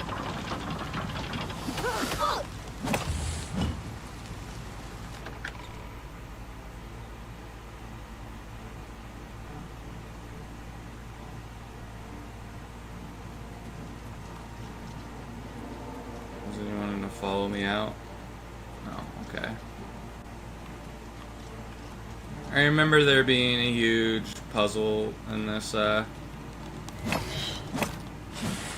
the end of this dungeon, where you gotta, like, place items in the correct area.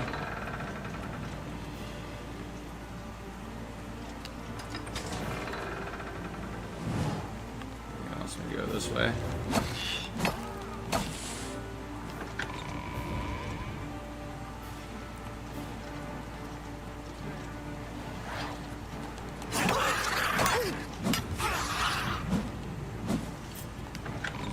Here?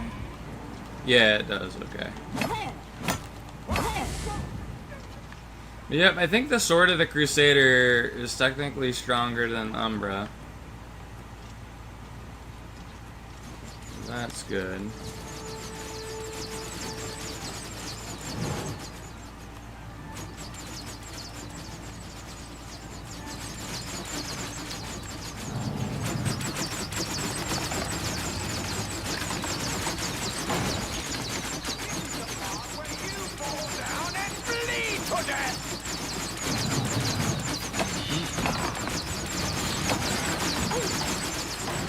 Where's the trap going off?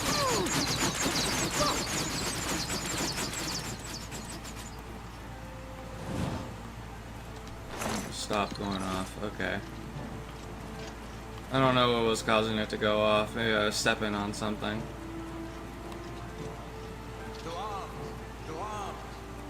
To arms!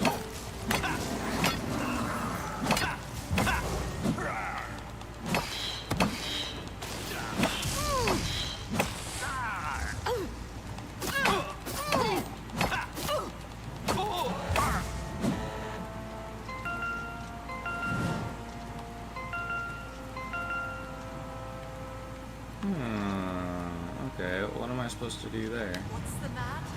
Getting tired? Oh no, this might be the room I was thinking of. Or maybe it's not.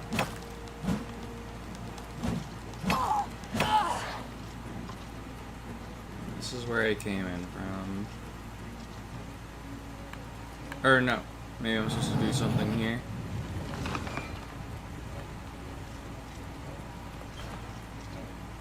That doesn't do anything.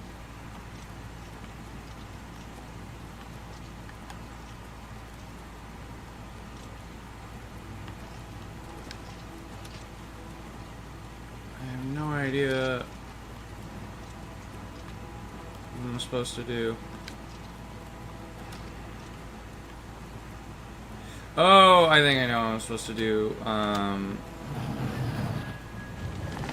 We're supposed to turn these a certain way.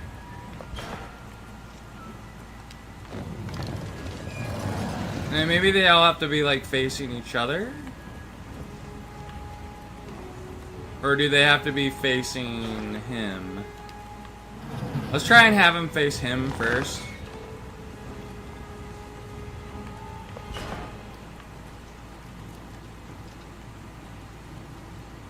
There we go. He's facing that correct way.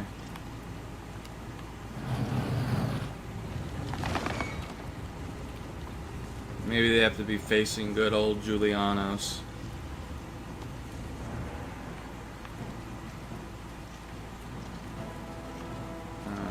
Does that open this up now? Nope.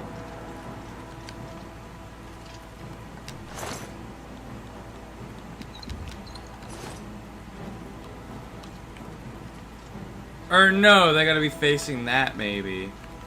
Okay, let's try that.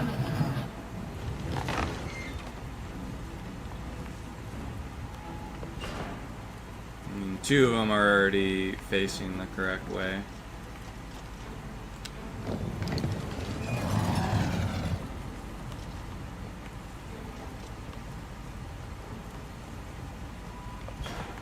Step on it maybe?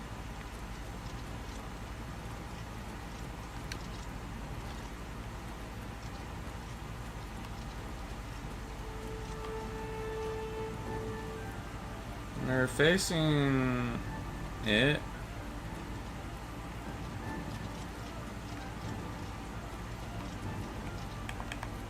Is there like a clue on what I'm supposed to do here? Let me look up what I'm supposed to do. What's the quest called? Wisdom of the Ages. Wisdom of the Ages statue puzzle.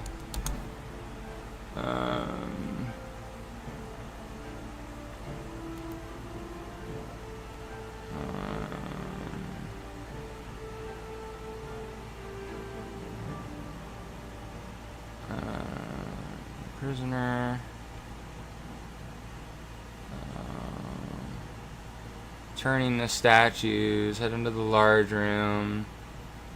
Eliminate the conjurers. Turn a switch on each side of the statues to get them facing the center.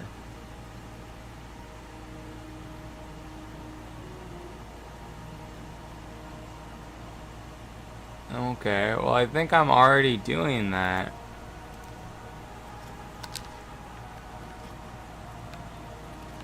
Are they... Oh no, he's not facing it. Okay, that's what my problem is. Turn you one more time.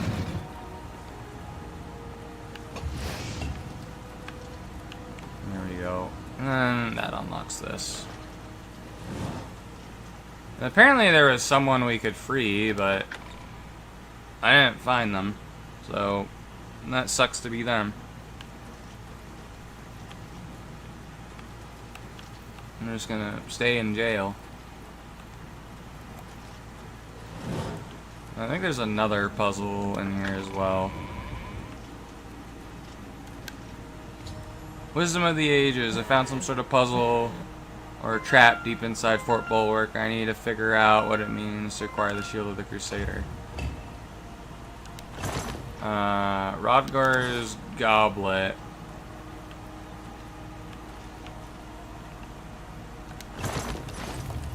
How do I know who's Rodgar?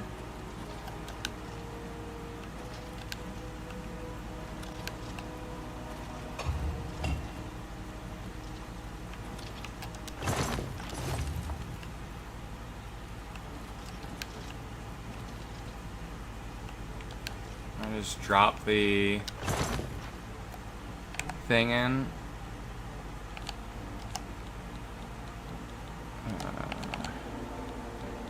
Roger's goblet. Guess we'll figure out if it's the correct one. Oh, that isn't it.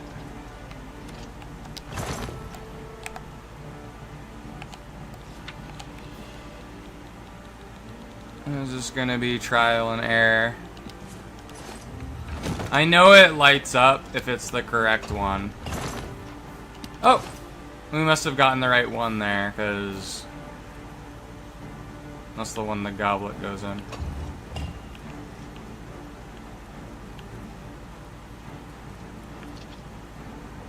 Or maybe it's not. No, it's empty.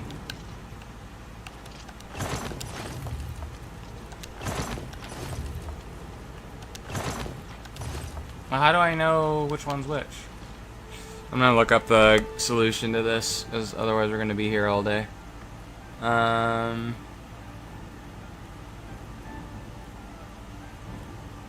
Matching the items. Right item to the right chest. There are 9 items listed below, and 9 chests, one of each item. Into the chest on the switch. Well, can I loot more than one item? I can't. So it's like I have to do this like randomly.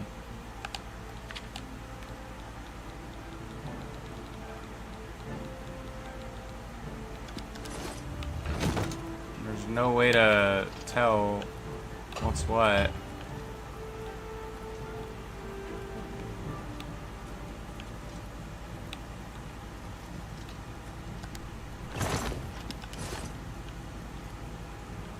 I picked up the goblet again. No, we tried those two and it wasn't it.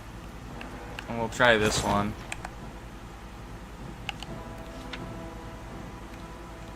Yeah, we're just gonna have to do trial and error. I think I got it. Or maybe I did, I don't know.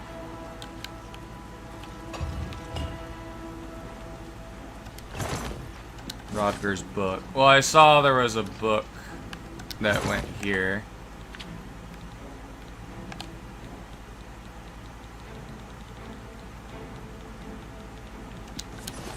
Does that?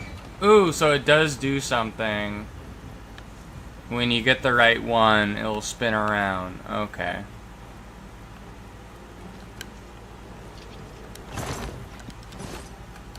Rodger's goblet is one of these then.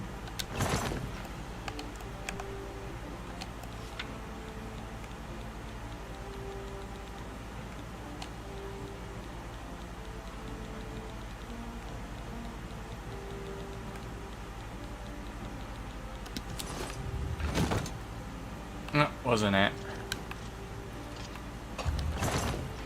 Rodger's gem, I know that goes here.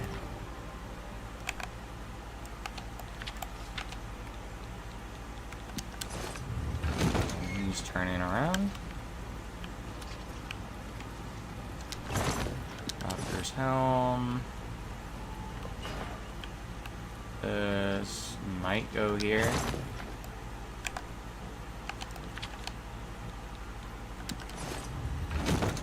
Nope, it's not that one. Okay. Rodger's stone. Okay, Rodger's helm goes there. Okay.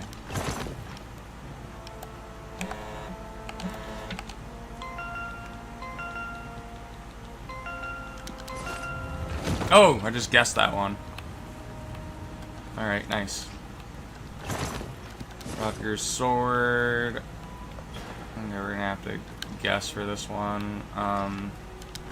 Let's try putting it here.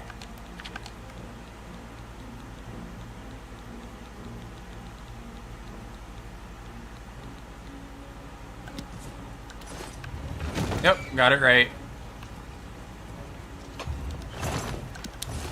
know where Rodger's helm goes. It goes here.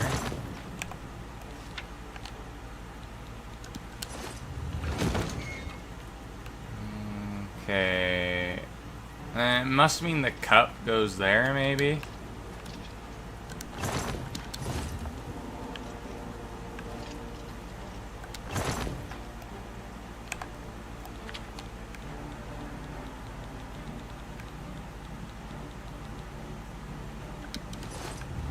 There we go. And what are we missing now? Rodger's hammer.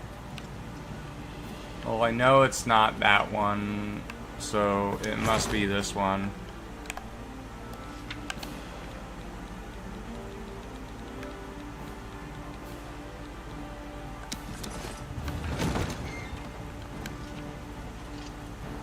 And it's just Rodger's skull. Goes here, and then that should be the puzzle solved.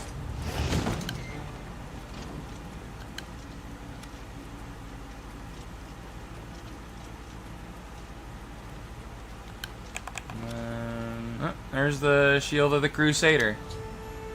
I've recovered the Shield of the Crusader. I've completed Sir Henrik's quest and recovering the Shield of the Crusader. I should return to the Priory and find out if there's any news remaining the 2 relics. Now, is there a shortcut out of here? That would be nice.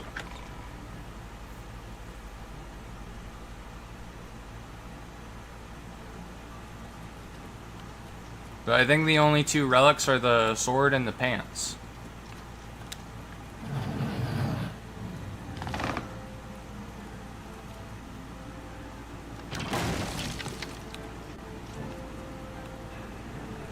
Probably track the quest. Oh. Hail, brave knight. You do not. I was in. Okay, I guess I saved them at some point.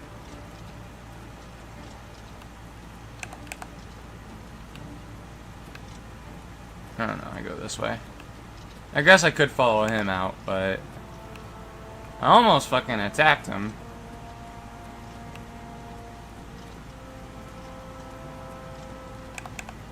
Is that a good spriggan? I don't know, but I killed it.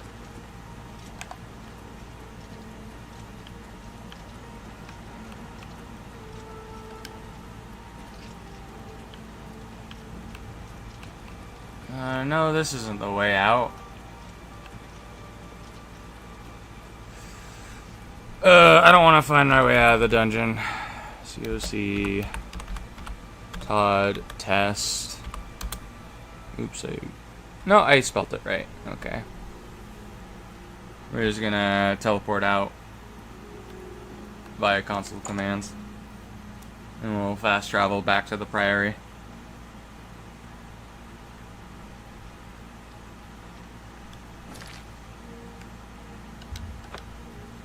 I'm gonna find out where the rest of the relics are.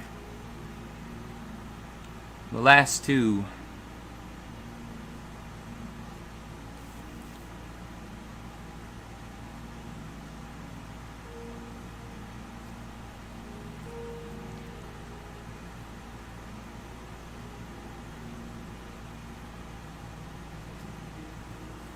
High elves have the most magic, but are also damaged more by all types of magic.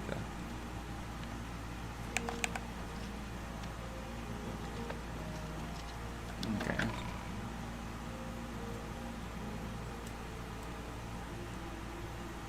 I'm surprised we were able to get this done pretty quickly. Thank Arcade for that. I have terrible news. Sir Roderick. I think he's dead. Who's that? What happened? At first things were going well. He prayed at all the shrines and received a vision. A disturbing vision. The shade of Sir Barrick spoke to me was all he said. We must put him to rest. We traveled back and forth across Colovia. He was always asking about an old noble family, the Vlindrels. Finally, he found what he was looking for. We went to Underpaw Cave, and there he fell. What was Sir Roderick looking for? He said that Sir Barrick's tomb was in Underpaw Cave. It is no cave, but some kind of buried keep. He had learned that Sir Beric had once been a questing knight, like us. He had found the greaves and sword of the Crusader, but then turned to evil. Sir Roderick hoped to find the relics within Sir Beric's tomb, and he did. But we also found a terrible guardian, the wraith of Lord Vlindrel, Sir Beric. Alright, you know where the relics are? Yes, my lady. And I brought you. Sir Roderick shouted for me to take them. The greaves, the holy relic, they're yours. Alright, what about the sword? I need that too. The wraith. It used it against Sir Roderick.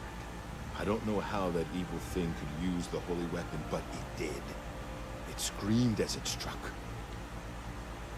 Alright, well you're safe now. I'm sorry. I remember Sir Roderick saying something about the sword before we went to Underpole. It may be important. He was worried that the sword may have been turned to evil, that it may have to be reconsecrated on the altar of its creator, the Divine Arche. That's all I remember. I hope it may help you. Okay, you did well. Thank you, Sir Matt. I would ask a boon if I could, although I know I do not deserve it. Would you make me a Knight of the Nine? I want to dedicate myself to ridding the world of evil. I owe it to Sir Roderick. Alright, sure. Rise, Sir Lathon. Thank you. Thank you, Sir Knight. I will not fail you. Give me a moment to arm myself, and I will accompany you to Underpole Cave to destroy the foul wraith. Oh, I didn't want you to do that, but okay. Well, let me equip the Greaves of the Crusader. And we got the full armor set. I think we have the Shield of the Crusader too, don't we?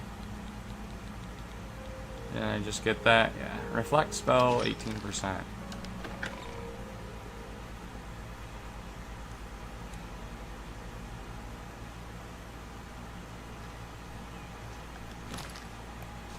Where's this cave at? Oh, it's kind of by Bruma. Well, this is the last one we need to get then, and then we can kill Umaril. Umaril the Unfeathered. Look out, man!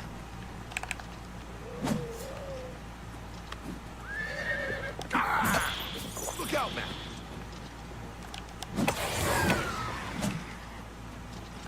But I think we also have to reconsecrate it. Hey, Alu, what's up? Yeah, I mean, on occasion I get that many.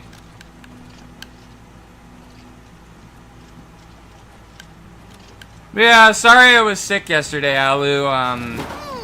That's why I didn't try and get a hold of you yesterday. I messaged you earlier today, but I think you were busy. Alright, I've arrived at Underpole Cave, the location of Lord Vendrel's grave. Sir Roderick died somewhere inside, battling the foul wraith, and now wields the sword of the Crusader.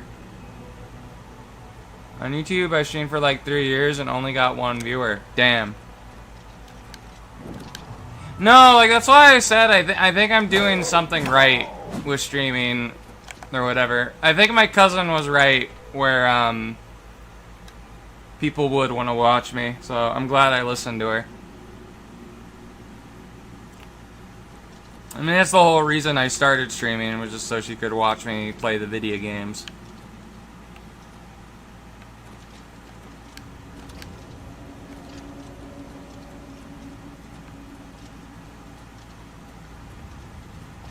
Alright, well there's the underground fort. I mean, this whole underground fort thing is pretty cool. It's a pretty cool dungeon design.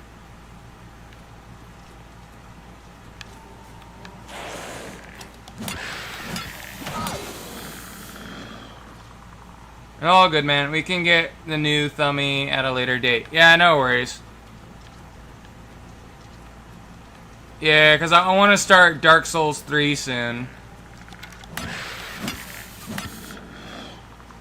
Yeah, it's just I wanted to start streaming because I really wanted to play Oblivion. But maybe we can try and do the normal time we do thumbnails. Tomorrow, like around, which is usually around 2 or 3 o'clock my time, so I don't know what time it is for you since you're all the way in Germany.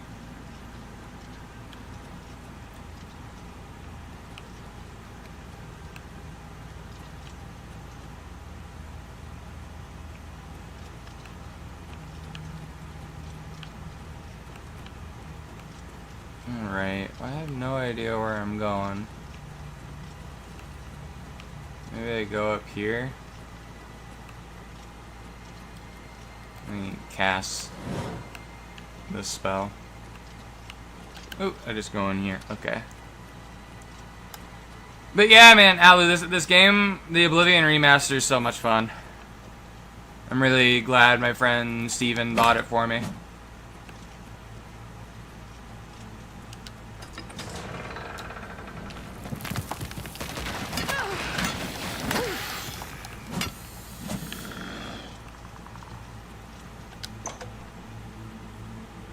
I found a way to get the clock to show on Discord the proper time for whoever sees it.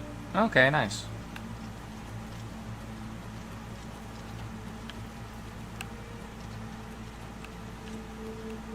Yeah, like I would look up what time it is in Germany right now. I don't know where in Germany you are, so I don't know if what I look up will be correct. Oh, this is the guy's tomb.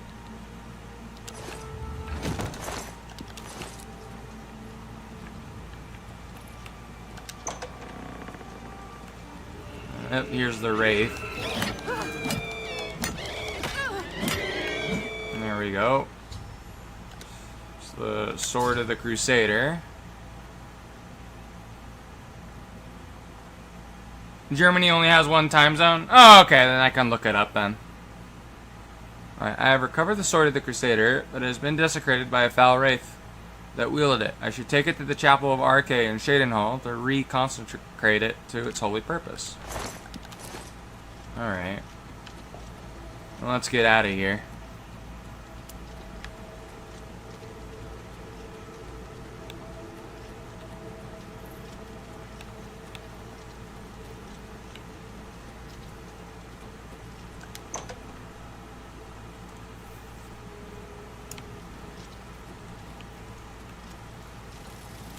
Ooh, looks like some rocks fell over there. But yeah, I prefer to wield the sword of the Crusader instead of the mace, because we're more skilled in blades.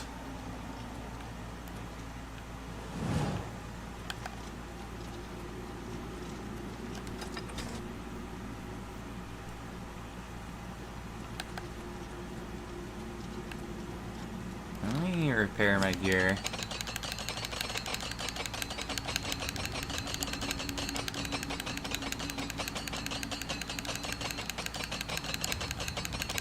There we go.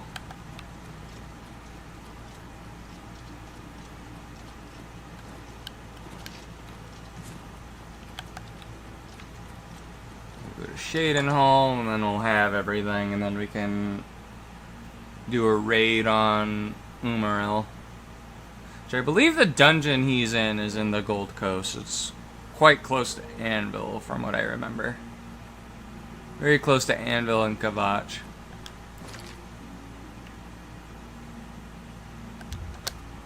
But I believe we need to stop by Wayne and Priory before we do that, because otherwise Umaril's going to get away again. And basically what we do in order to chase him to the spirit realm is eating ourselves. That way we can chase him to the afterlife, pretty much.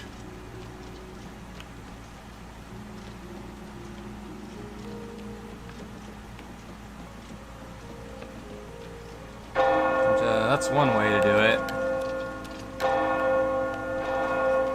Find the entrance of the chapel. Here we go. I think it's quite fitting that Shadenhall has the Chapel of Arche, being that the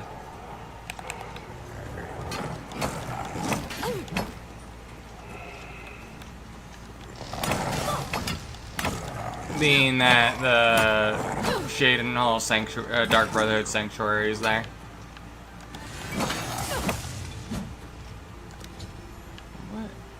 Find Ayleid Battle Axe. Sword of the Crusader. The Sword of the Crusader has been reconsecrated. I now possess all 8 of the Crusader's relics. I should return to the Priory to consult with my knights about how to attack and destroy Umaril.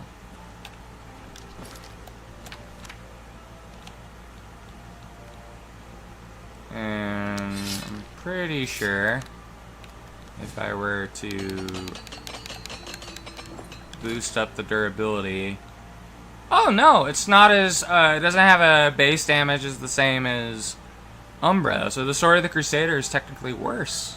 I did not know that. We're still gonna use the Sword of the Crusader though, because it's cooler.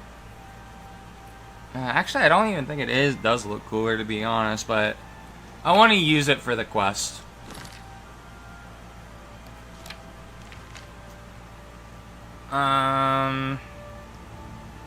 I gotta go back to the Priory of the 9.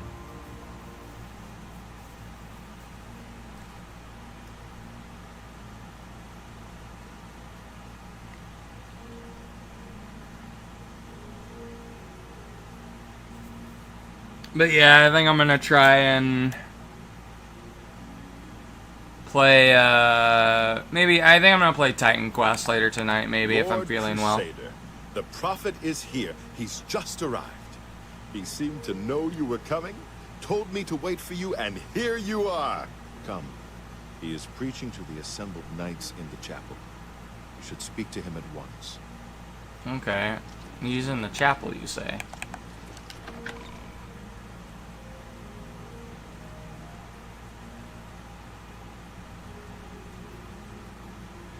And so, 9 knights, as the embodiment of the might of the 9 divines, shall go forth together to face the unfeathered, and he shall be cast down from on high, his wickedness scattered to the wind. He shall end his days as dust in the void.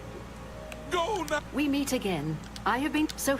Alright, accept. Welcome to the order. Oh, knights. Let's accept here. everyone we can into the order. Face the beast! Hail, Sir Knight. Will you... I'll be... Fear not death! Well, it's my pleasure. I already accepted him, I guess. Sir Knight, allow me to... I come to... excuse... Your shield! And they shall bring... You have stepped from the humble shadows of obscurity and into legend. No feat you have accomplished in your life compares to what you have become. You are an embodiment of Pelinal Whitestrake, the bane of Umaril the Unfeathered. The time has come for you to fulfill your destiny. Umaril lies hid in the ancient fane of Garlus Malatar. You must go there and destroy him. I am ready then. No. Should you face Umaril, you would suffer the same fate as Pelinal. The times change, and even the shape of the divine itself must change with it. Where once there were 8, now one more stands with them, and they have become 9. You mean Talos? Aye! With the apotheosis of Tiber Septim, the face of the divine was transformed. Talos ascended, and the 8 became 9. So, although you wear the armor of the gods, it is incomplete. A relic of the old ways and the old gods. How do I destroy Umaril then? As a proven guardian of this realm, and a warrior the likes of which have not been seen in millennia, Talos grants you his sacred blessing with the ancient gifts of the 8 and the new gift of the 1. You are ready to face Umaril. Alright, what does the blessing do? It will allow you to follow Umaril into the spirit realm upon his death, It will allow you to destroy him, body and soul, utterly, and for all time. You must first kill his living body. While beyond the power of most mortals, this is only the lesser of your two tasks. His Daedric nature allows his spirit to escape into oblivion after death. Oh, this is what Pelinal learned upon defeating Umaril the first time. But you can do what Pelinal could not. The blessings of Talos will allow you to follow Umaril's spirit when it leaves his body. This you must do, and you must not fail. You will not, because the Nine fight with you. Yeah. That's it. I'm all ready. Your knights will assemble at Garlus Malatar and await you there. Gather all those who you deem worthy. Not all who enter those halls shall. Okay. Well, I'm gonna go Hail, Commander. do the quest now.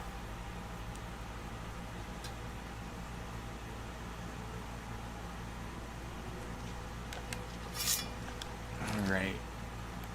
Where is it at? Umaril the Unfeathered. It's all the way over here. Closest place we can go to is Crowhaven.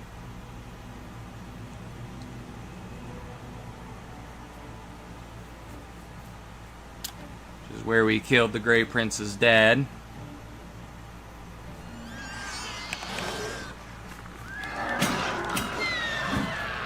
Oh, that hits hard.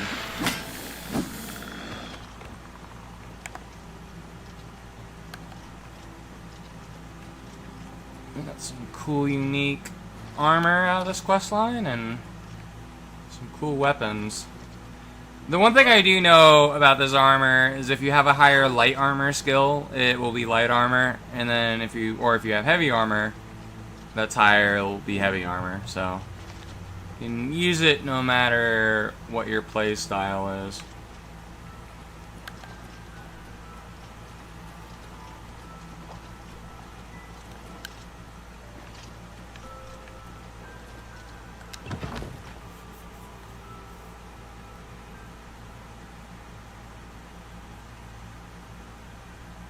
At least that's how I remember it being. I could be wrong.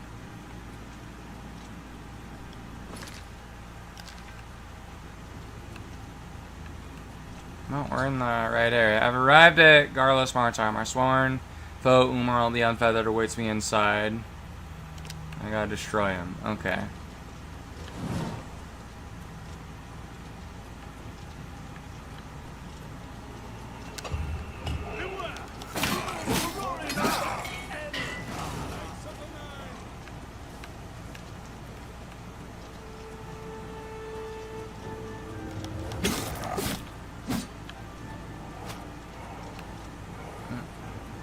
People I'm missing. Bunch of Aurorans. Oh yeah, these are Aurorans. I thought they were like Aliads for a moment, but no. They're a type of Daedra. I remember now just because of ESO.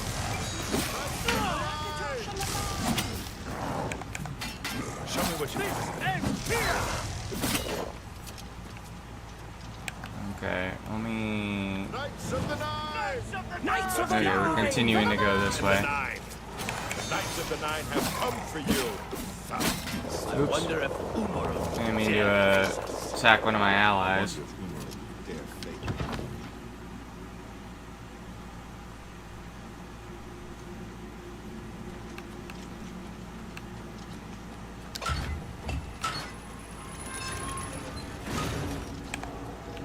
Where's Umaril at? He's somewhere in this area.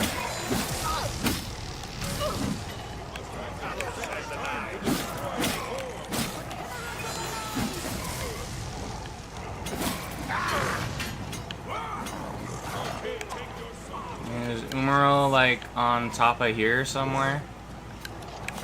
The Knights of the Nine have come for you, foul! That's the best you can do. It's all right, Bill! Don't feel bad. You're pathetic. No one lives forever. Rakatash of the Nine! Back to oblivion with you. Umaril! Show yourself! go. The righteous fury of Stendar break you! Are they like resurrecting?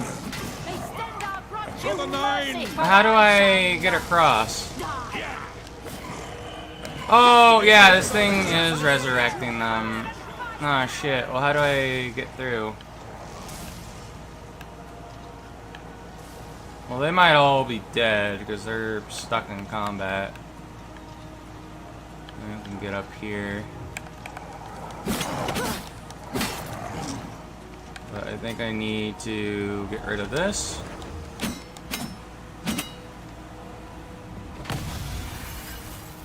There we go.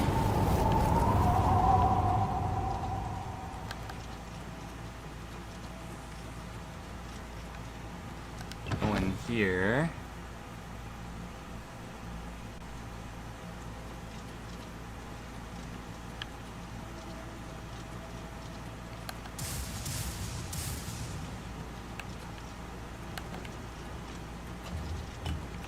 Wondering why they kept on coming.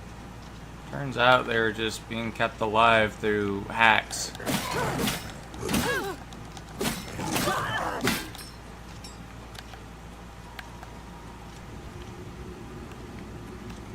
What's going on? The stairs are just coming up. Okay, is that Umaril? Yeah, it is. Well, there we go. He's dead. Get Umaril's sword. And now I need to cast the spell. I've destroyed Umaril's physical form. If the prophet told me is true, I must cast the blessing of Talos on myself, and I'll follow Umaril's spirit to a place where he can be destroyed. Okay. This blessing of Talos.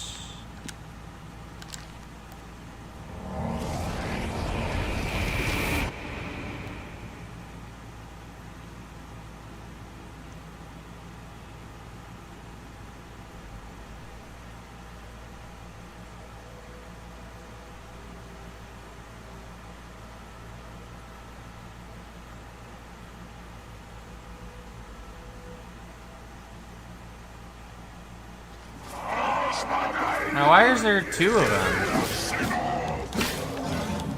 That's weird. I don't know if that's a bug. Well, I killed one of them. Hopefully it was the right one.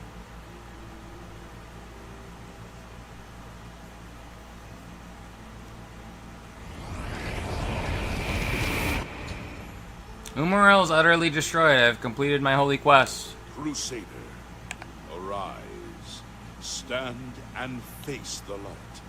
Breathe again, and receive your reward. You have completed your divine task. You have restored the order. You have defeated the enemy of the Nine. The order shall serve as the sword and the shield of the Nine in the dark times to come. We owe you a debt of thanks. You have succeeded where we could not. You and your knights have held true to your purpose. At long last, our purgatory is at an end. We go to the glory of the Nine, to serve in their host in the light. This morning, you may call upon our spirits. When you need us, simply pray at our tombs, and each of us will grant you a blessing from the Nine. May your sword serve the Nine all the days of your life, Crusader. Farewell. Okay.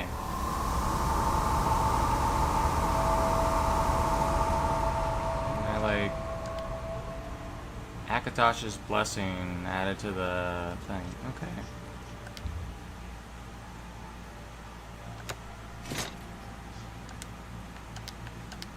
And that's how you typically get the relics to upgrade, as you place them on there and then they'll scale to a higher level. Depending on when you got them, like if you grab them at a lower level and they're weak.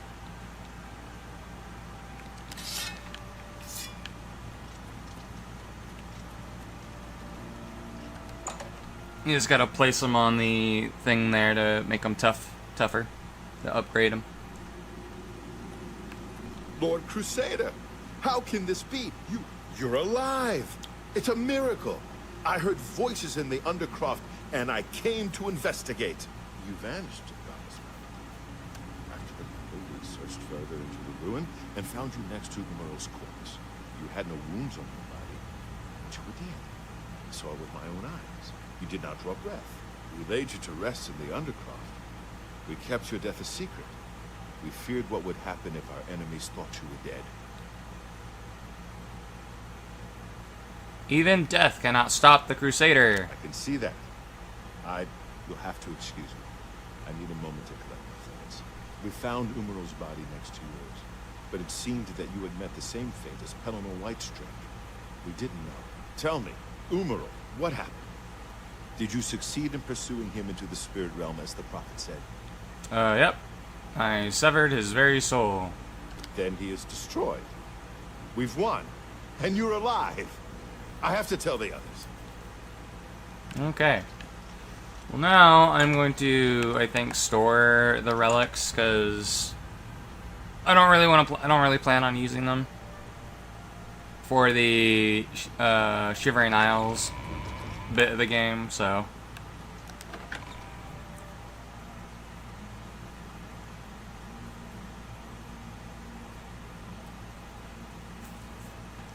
We'll store all our Crusader relics, and then I think we'll call it quits there.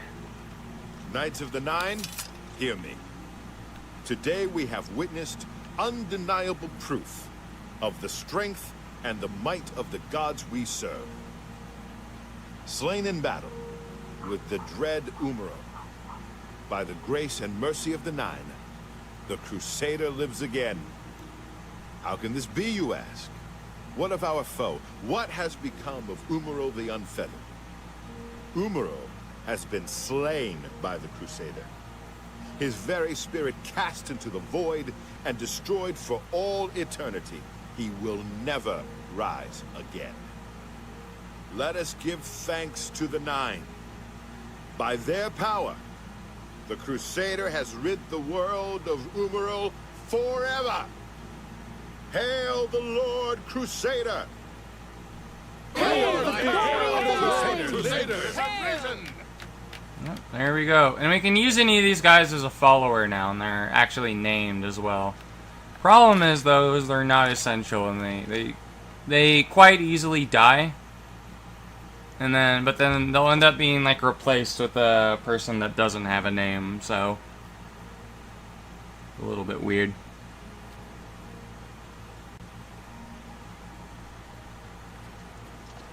But let's store the relics. We'll keep Umbra on us.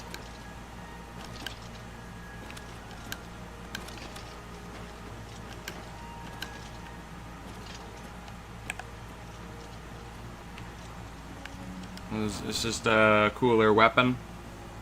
Looks a little bit better than the Sword of the Crusader. I think the Sword of the Crusader technically does more damage, and it's only because of the fire enchantment on it. But Umbra just looks so fucking cool.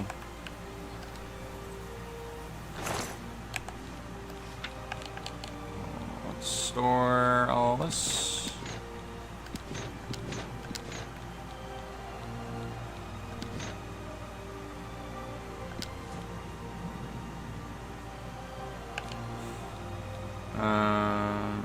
Store these as well. I think I'm gonna play. I want to play the Shivering Isles as a mage character because I figured probably Sheogorath is more of a mage if he's anything. So I'll keep Umbra and Hromir's Ice Staff on me, but I'll probably be using Hromir's Ice Staff more often. And then I guess I'll just wear the Monk of Funk robes, the Boots of Spring Hill Jack, and then, I mean, these two items make it to where I resist magic by 20% each, so it's another 40%. Forgot to store that other shield. There we go. I'm pretty sure I can wear the Grey Cowl of Nocturnal, and I'm pretty sure people won't care about that in the Shivering Isles. But yeah, let me equip that. Oh wow, Homer's Ice Staff actually kind of sucks. I mean, it looks cool, but alright, I'm just gonna store that then. It only does like 10 damage. I thought it would do way more damage. I'll store Sanguine's Robe as well. I'm probably gonna give Sanguine's Rose to Martin or Sean Bean, because it just kind of sucks as an item, because the Dremora that you summon with it has a chance of attacking you as well, so. But yep, I'll just equip Umbra. I'll favorite it. Don't have anything to repair. But anyways, we'll save our game here. And then we'll try and finish the Shivering Isle. I don't know if I'll finish the Shivering Isles tomorrow, but we'll try and get through most of it. But yeah, I think I'm gonna call it quits here, and then I'll probably stream Titan Quest later tonight if anyone wants to watch that. But yeah, I hope everyone has a good rest of the day. I'll see you all later. Have a good one.